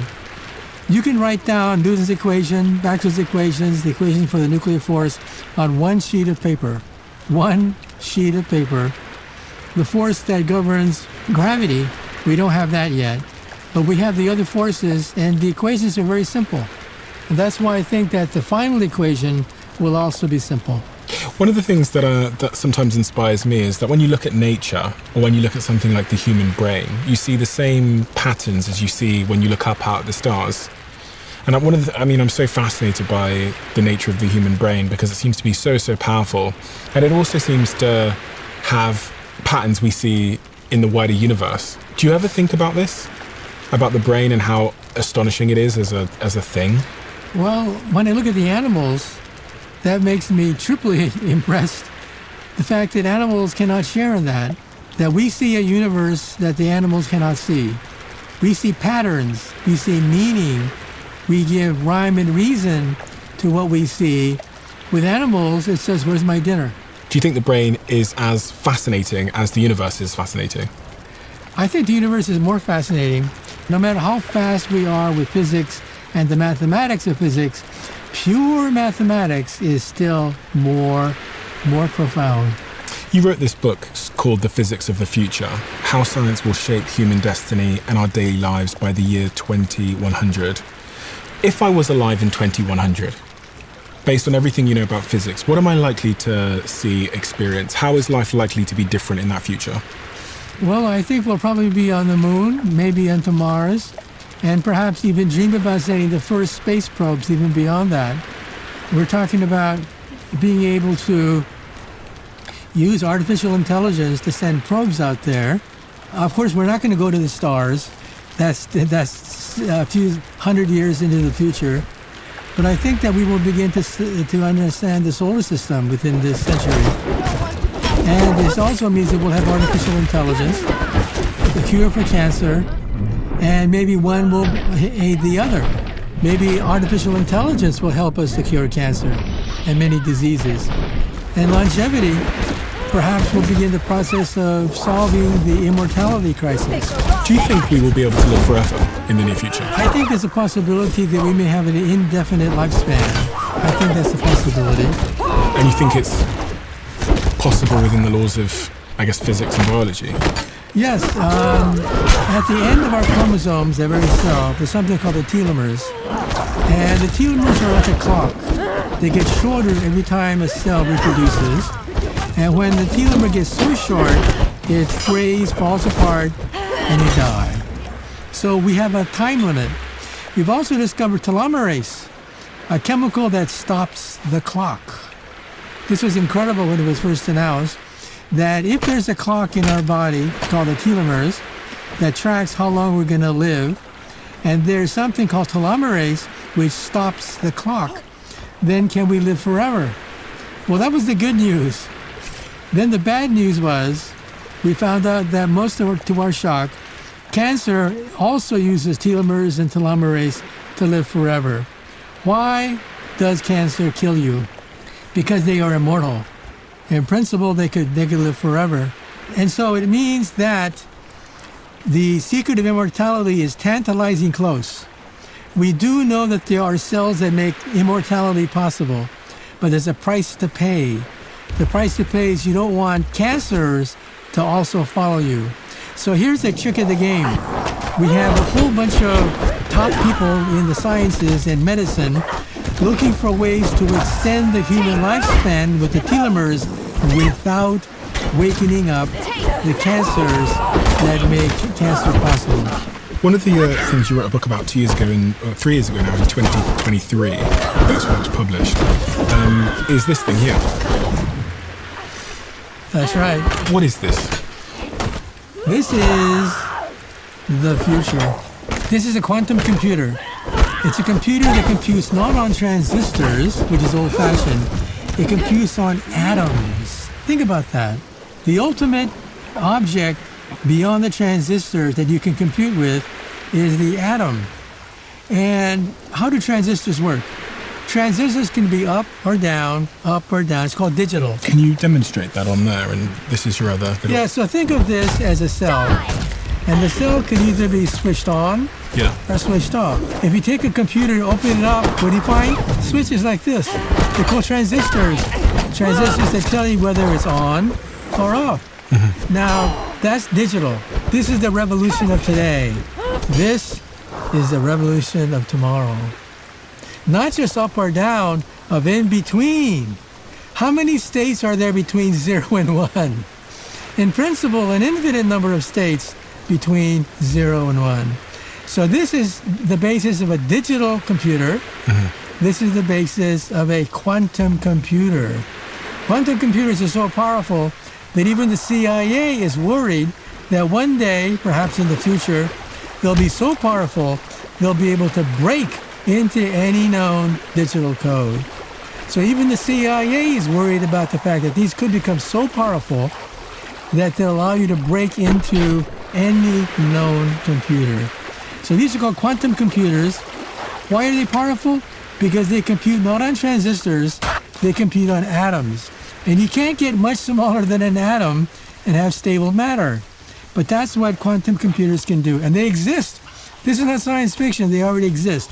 So just to simplify this in a way that I can understand it, normal computers are very, very simple, like this switch. They kind of exist in a linear direction. Up or down, on or off. Kind of binary, yes or no. That's right. Whereas a quantum computer is more like this, where it can process information in so many different directions at the same time, so that it's going to be way more powerful. Way more powerful way than faster. Up and down. And I was looking recently, and Google did an announcement, actually this year, where they basically set a deadline for the cybersecurity world, and they started to warn governments and banks and other tech giants that because they have a quantum computer now that is very, very powerful, they're worried that it will be able to crack a lot of the digital world that we all rely on, including banks, even Bitcoin, which was quite interesting. And they've set 2029 as the deadline for everybody to get their shit together.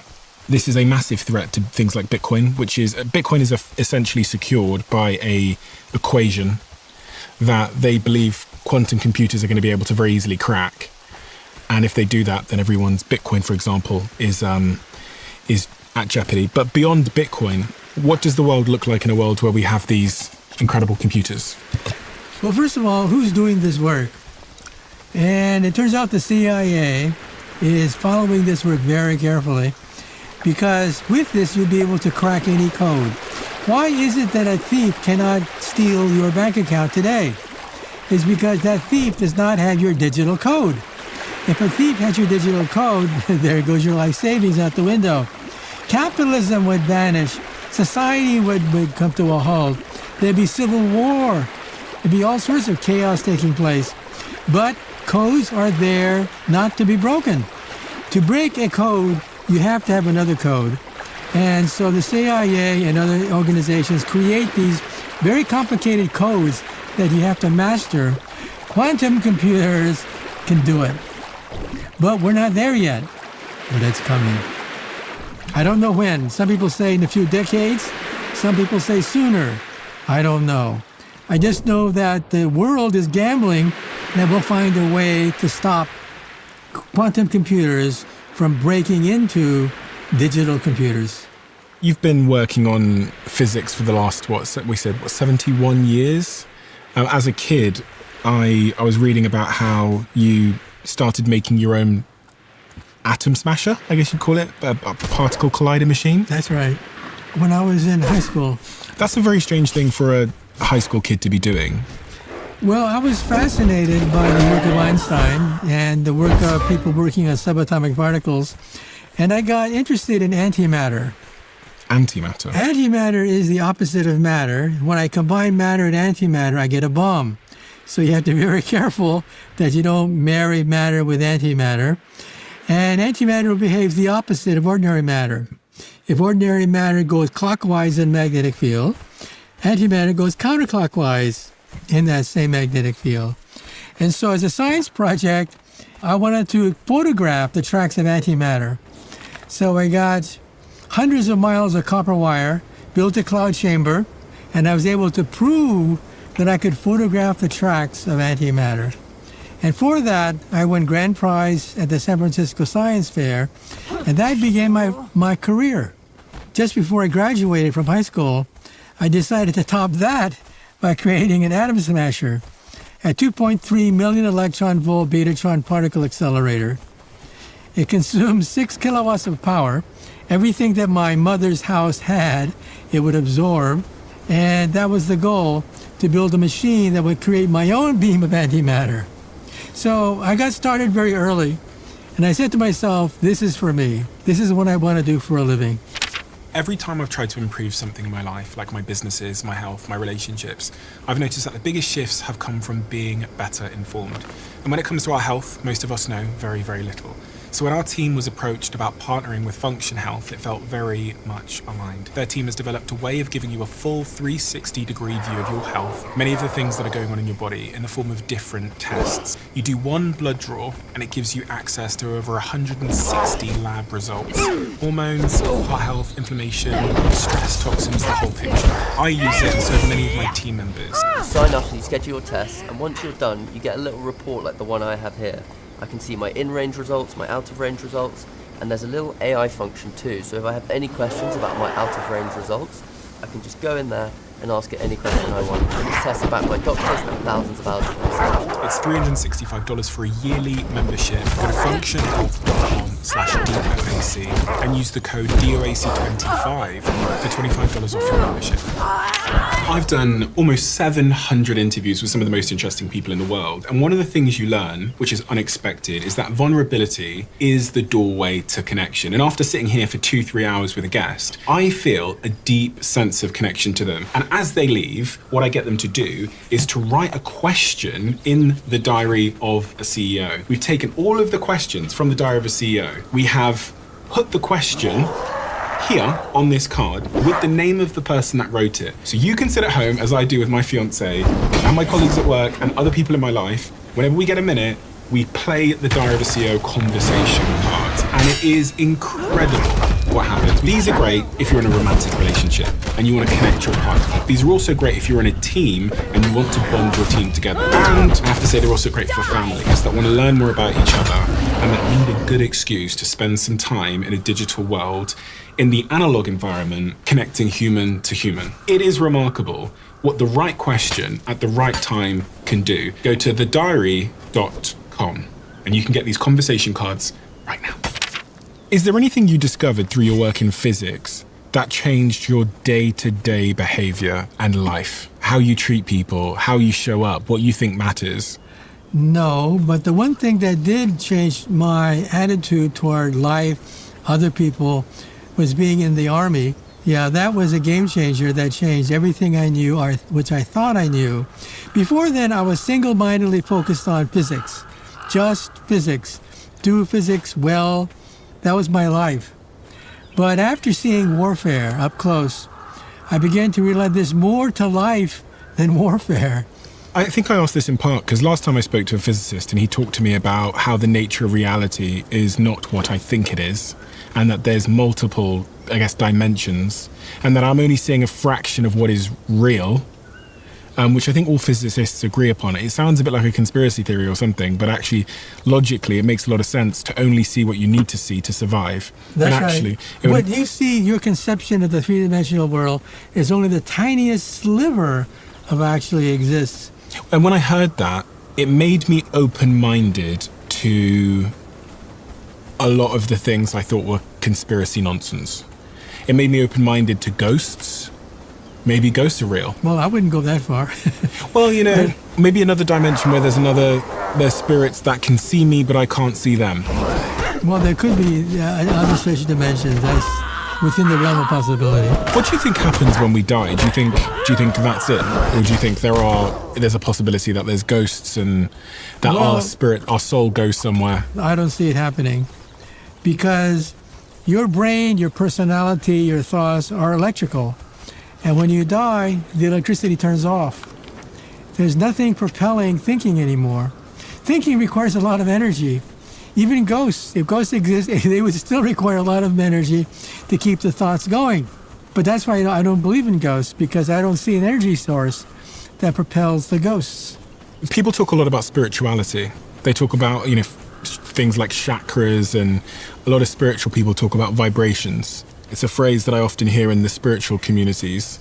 Do you believe in anything like that in terms of humans having energies and being able to feel each other's energies? Well, I think that if a person emanates a certain aura or a vibe, that doesn't necessarily mean they're radiating something. But is there any physics behind that idea? I think it's psychological, that you are tuned into a certain personality, a certain way of movement. I think it's psychological rather than physical. What is something you believe that you haven't proven? Well, there's a lot of things that haven't been proven. All I can say is maybe, maybe not. Like flying saucers.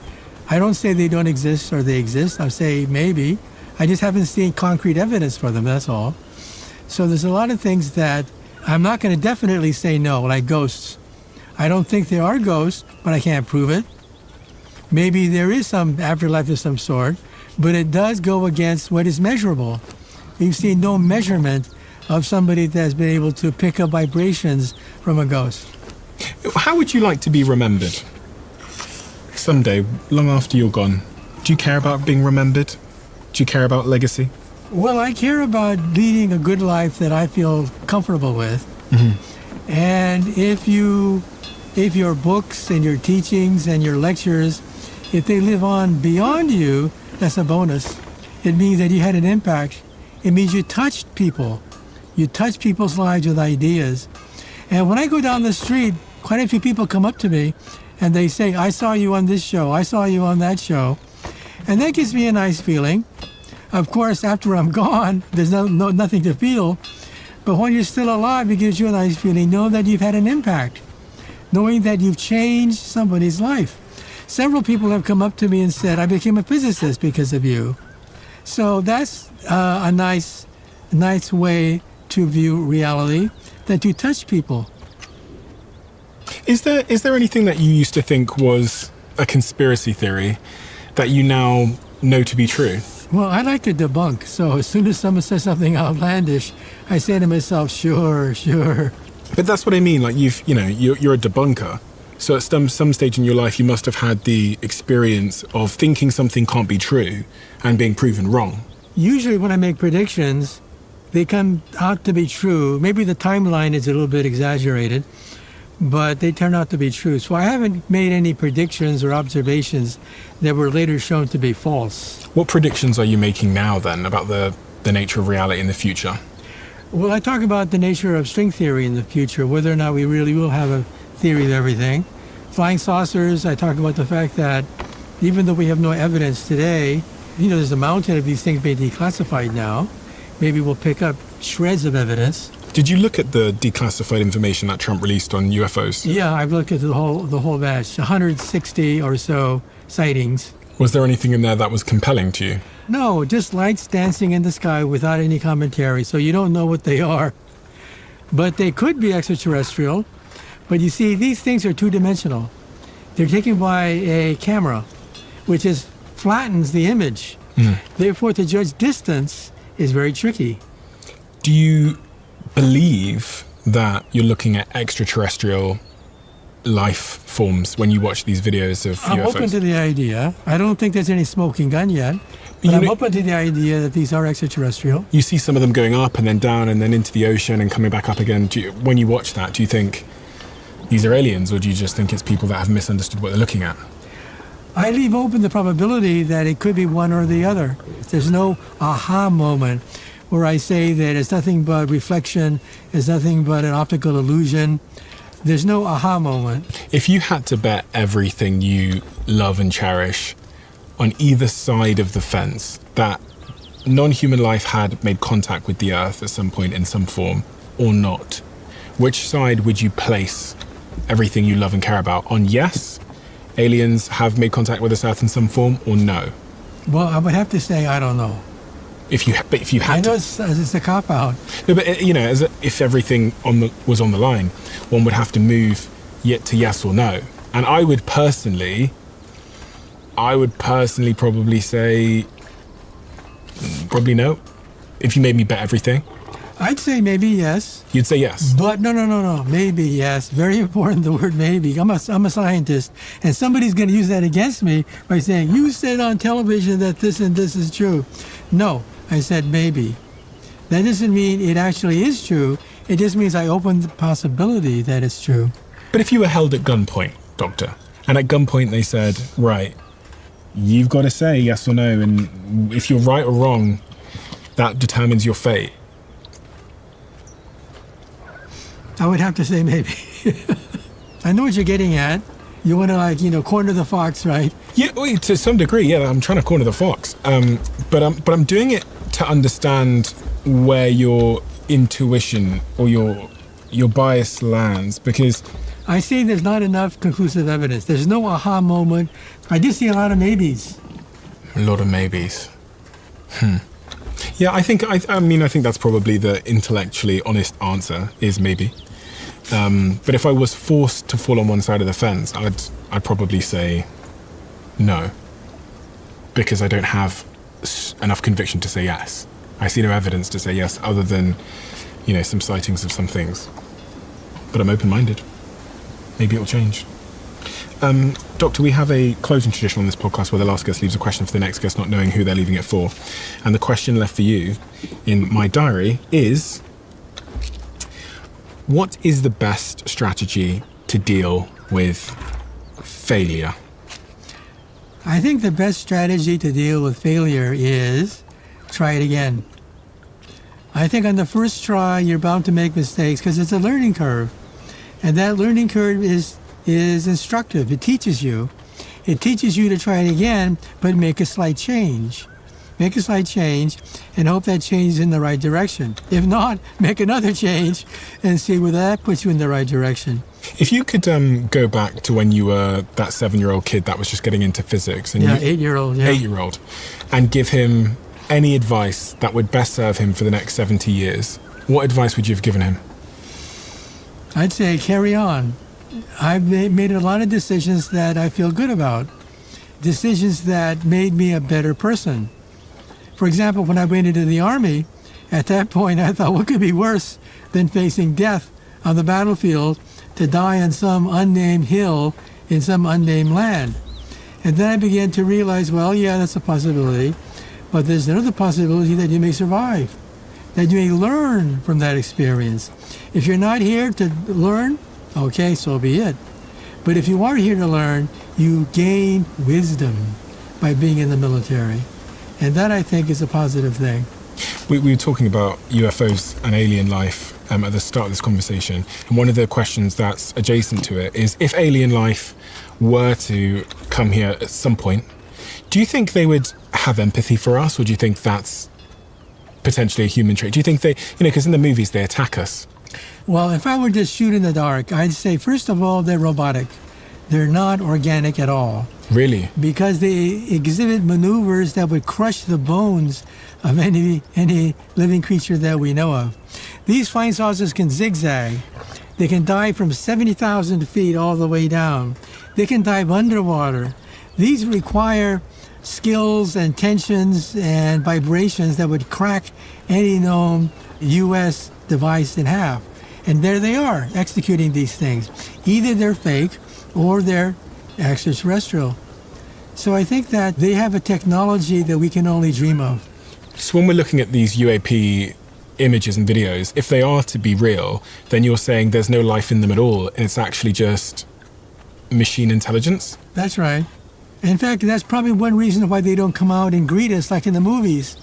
In the movies, they always come out and say, "Hello, Earthman." No, I personally think they're robotic. This question of empathy, do you posit that they might be empathetic? Do you posit they would want to destroy us? I mean, what would... Will they destroy us or will they want to? The answer, I think, is no, because they could have done it years ago. You realize that if you go back, even the Bible makes reference to a UFO. If you take a look at Ezekiel saw the wheel in the sky. And some people say that was no wheel, that was a UFO. So who knows for sure? But if the aliens really wanted to destroy us, they could have done it years ago. They don't have to wait. But if you go to a zoo, even if the zoo is lifelike to the point where the animals themselves don't even know they're in a zoo, it's peaceful. That you can observe them without necessarily revealing your presence. And in that sense, it could be like living in a zoo. Not that they want to gawk at us and laugh at us, but just observe us. So you think that they won't want to destroy us, which is comforting to hear. I think if they had the chance to destroy us and they wanted to, they could have done it decades ago. But here we are. It's an interesting idea. When you talked about this extraterrestrial life potentially being robotic, it kind of makes sense to me, because we're on a course to create humanoid robots, and robots that can... I was actually watching this morning, there's a video that one of these humanoid robot companies is streaming, and they're streaming a humanoid robot working on a production line for 4 hours straight so everybody can watch. And all it's doing is sorting packages out. But it's been going for 4 days straight. And if you play this forward, you go, this robot can go walk across the office and it can charge itself back up once it runs out of battery. And then they show it going back to work again. When I say play it forward, I mean, imagine this technology continues to improve on the trajectory it's on. The battery technology gets better, the intelligence gets better. And then, theoretically, this robot will be able to build a spaceship, theoretically, and travel into the universe, theoretically, at some point. If you imagine any rate of improvement. So it's theoretical that, okay, humans might not be able to survive the crushing forces of that speed, but a robot could. My personal attitude is that we should eventually merge with them. Merge with the robots? That's right. That's my personal feeling, because people talk about whether they're good, whether they're bad, so on and so forth. Well, the bottom line is they're going to become more powerful. And not now, but who knows, maybe in the next century, they'll begin to make reasonable choices. They'll reason.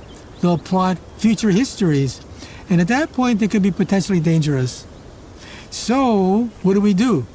Either we become super powerful and meet the challenge, or we merge with them.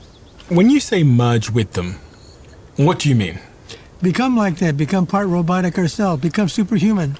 As in, when we're born as kids, maybe we have an implant and it turns us into a robot, or...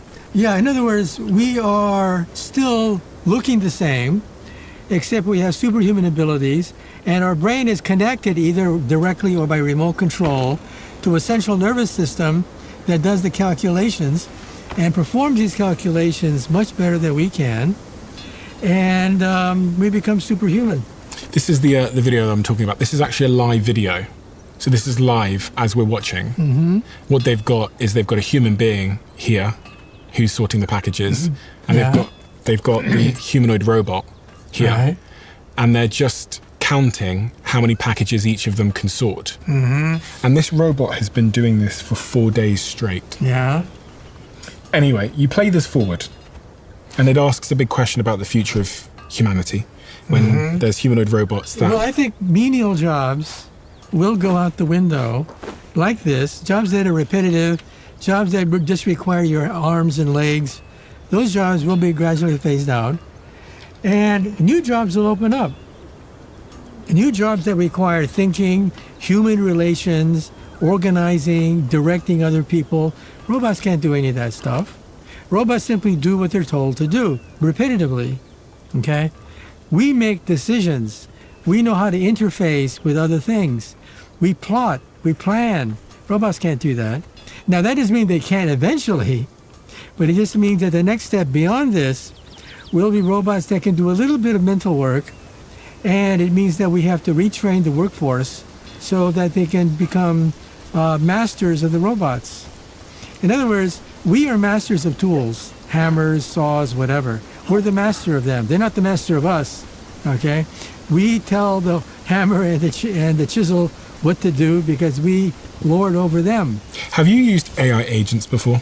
I've used AI before, but not necessarily. Which agent are you talking about? So I've got, like, on my phone, I can say, I need a new umbrella for my patio outside my house. Yeah. And it'll go on the internet, it'll look at the prices, it'll look at everything. Yeah, well, I can just type on the computer screen a question, and the computer will come up with an answer. But you were talking about planning there, so I was saying that the agent basically makes a plan, and then it could spend an hour executing that plan.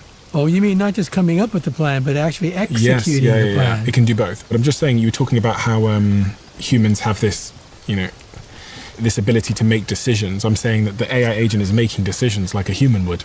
No, you tell it what to do. The computer is probably programmed to look for a reference, like an encyclopedia, a handbook, the internet. In other words, if you say, I want to know the best car, it'll carry that out by looking at the internet, going through different cars. It doesn't need you to tell it that.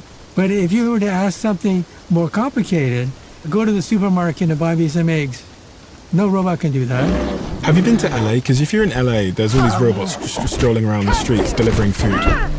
They deliver food in LA. Oh yeah, but that's just crawling on a sidewalk. That's what humans I do. thought you meant driving a car and going up the stairs and whatever. That's just going on a sidewalk. Which is what a human does. Yeah, but humans can do a lot more. Okay. Thank you so much, Doctor. I appreciate your time today, and I've learned so much about all of these fascinating things. And as always, when I listen to your content, I find myself more curious about the nature of reality. And I realize how little we know, which makes me, and I guess thousands of other people that have followed your work. I was going through your videos earlier on, and so many of the top comments are people saying that you're the reason they worked harder in their physics classes. Oh, really? Yeah, I was on a couple of the podcasts that you've been on, and so many of the top comments say exactly that. They say, you're the reason I worked harder. You're the person that made me more curious. And I just think that's such a wonderful thing, because as you said at the start, physics is the basis of everything. Yeah. And the more we understand, the better the lives we could live. Right, yeah, One can I hope. agree. Thank you so much. Okay, well, thank you. YouTube have this new crazy algorithm where they know exactly what video you would like to watch next based on AI and all of your viewing behavior. And the algorithm says that this video is the perfect video for you. It's different for everybody looking right now. Check this video out, and I bet you might love it.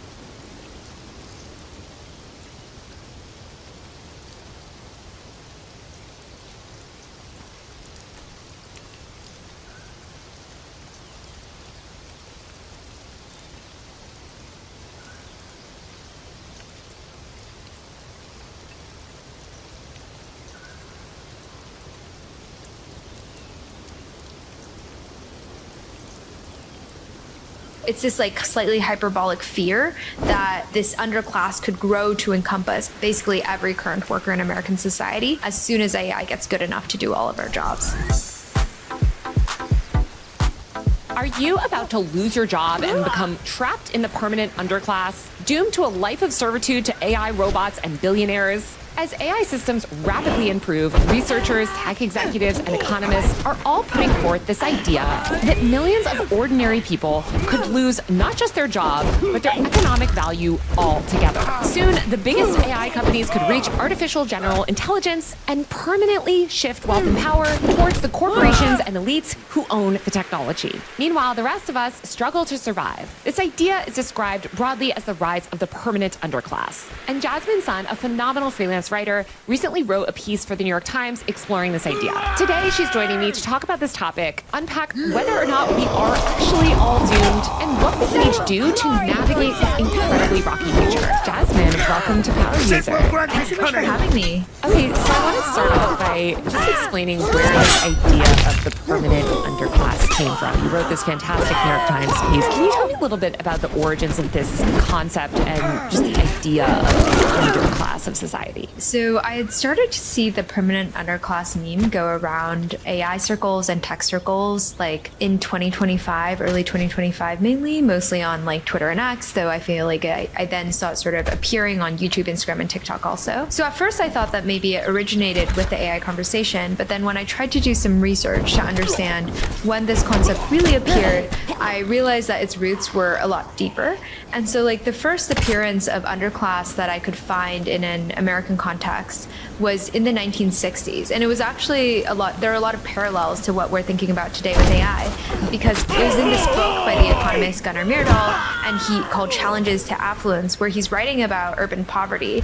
And because of the post-war automation boom, there are all of these factories that are getting automated and all these factory workers in cities who are getting laid off. And so very similar to like a lot of the fears of automation we have today, you have classes of people who are working, who are happy, who had very stable lives. Technological change sweeps in, and through no fault of their own, these workers lose their jobs. And the thing that Myrdal writes about in his book is that they become part of an quote-unquote underclass of society, not just in the sense that they've lost their jobs, like, okay, maybe now you can get a new job, but A, it's like quite hard to retrain and to reskill into new jobs, so many of these people struggle to do so. And B, once you lose your job, you're not just, economically excluded from society, but you're also often socially and politically excluded from society and end up on the margins, not really participating in civic life. Sometimes that leads to cycles of generational poverty.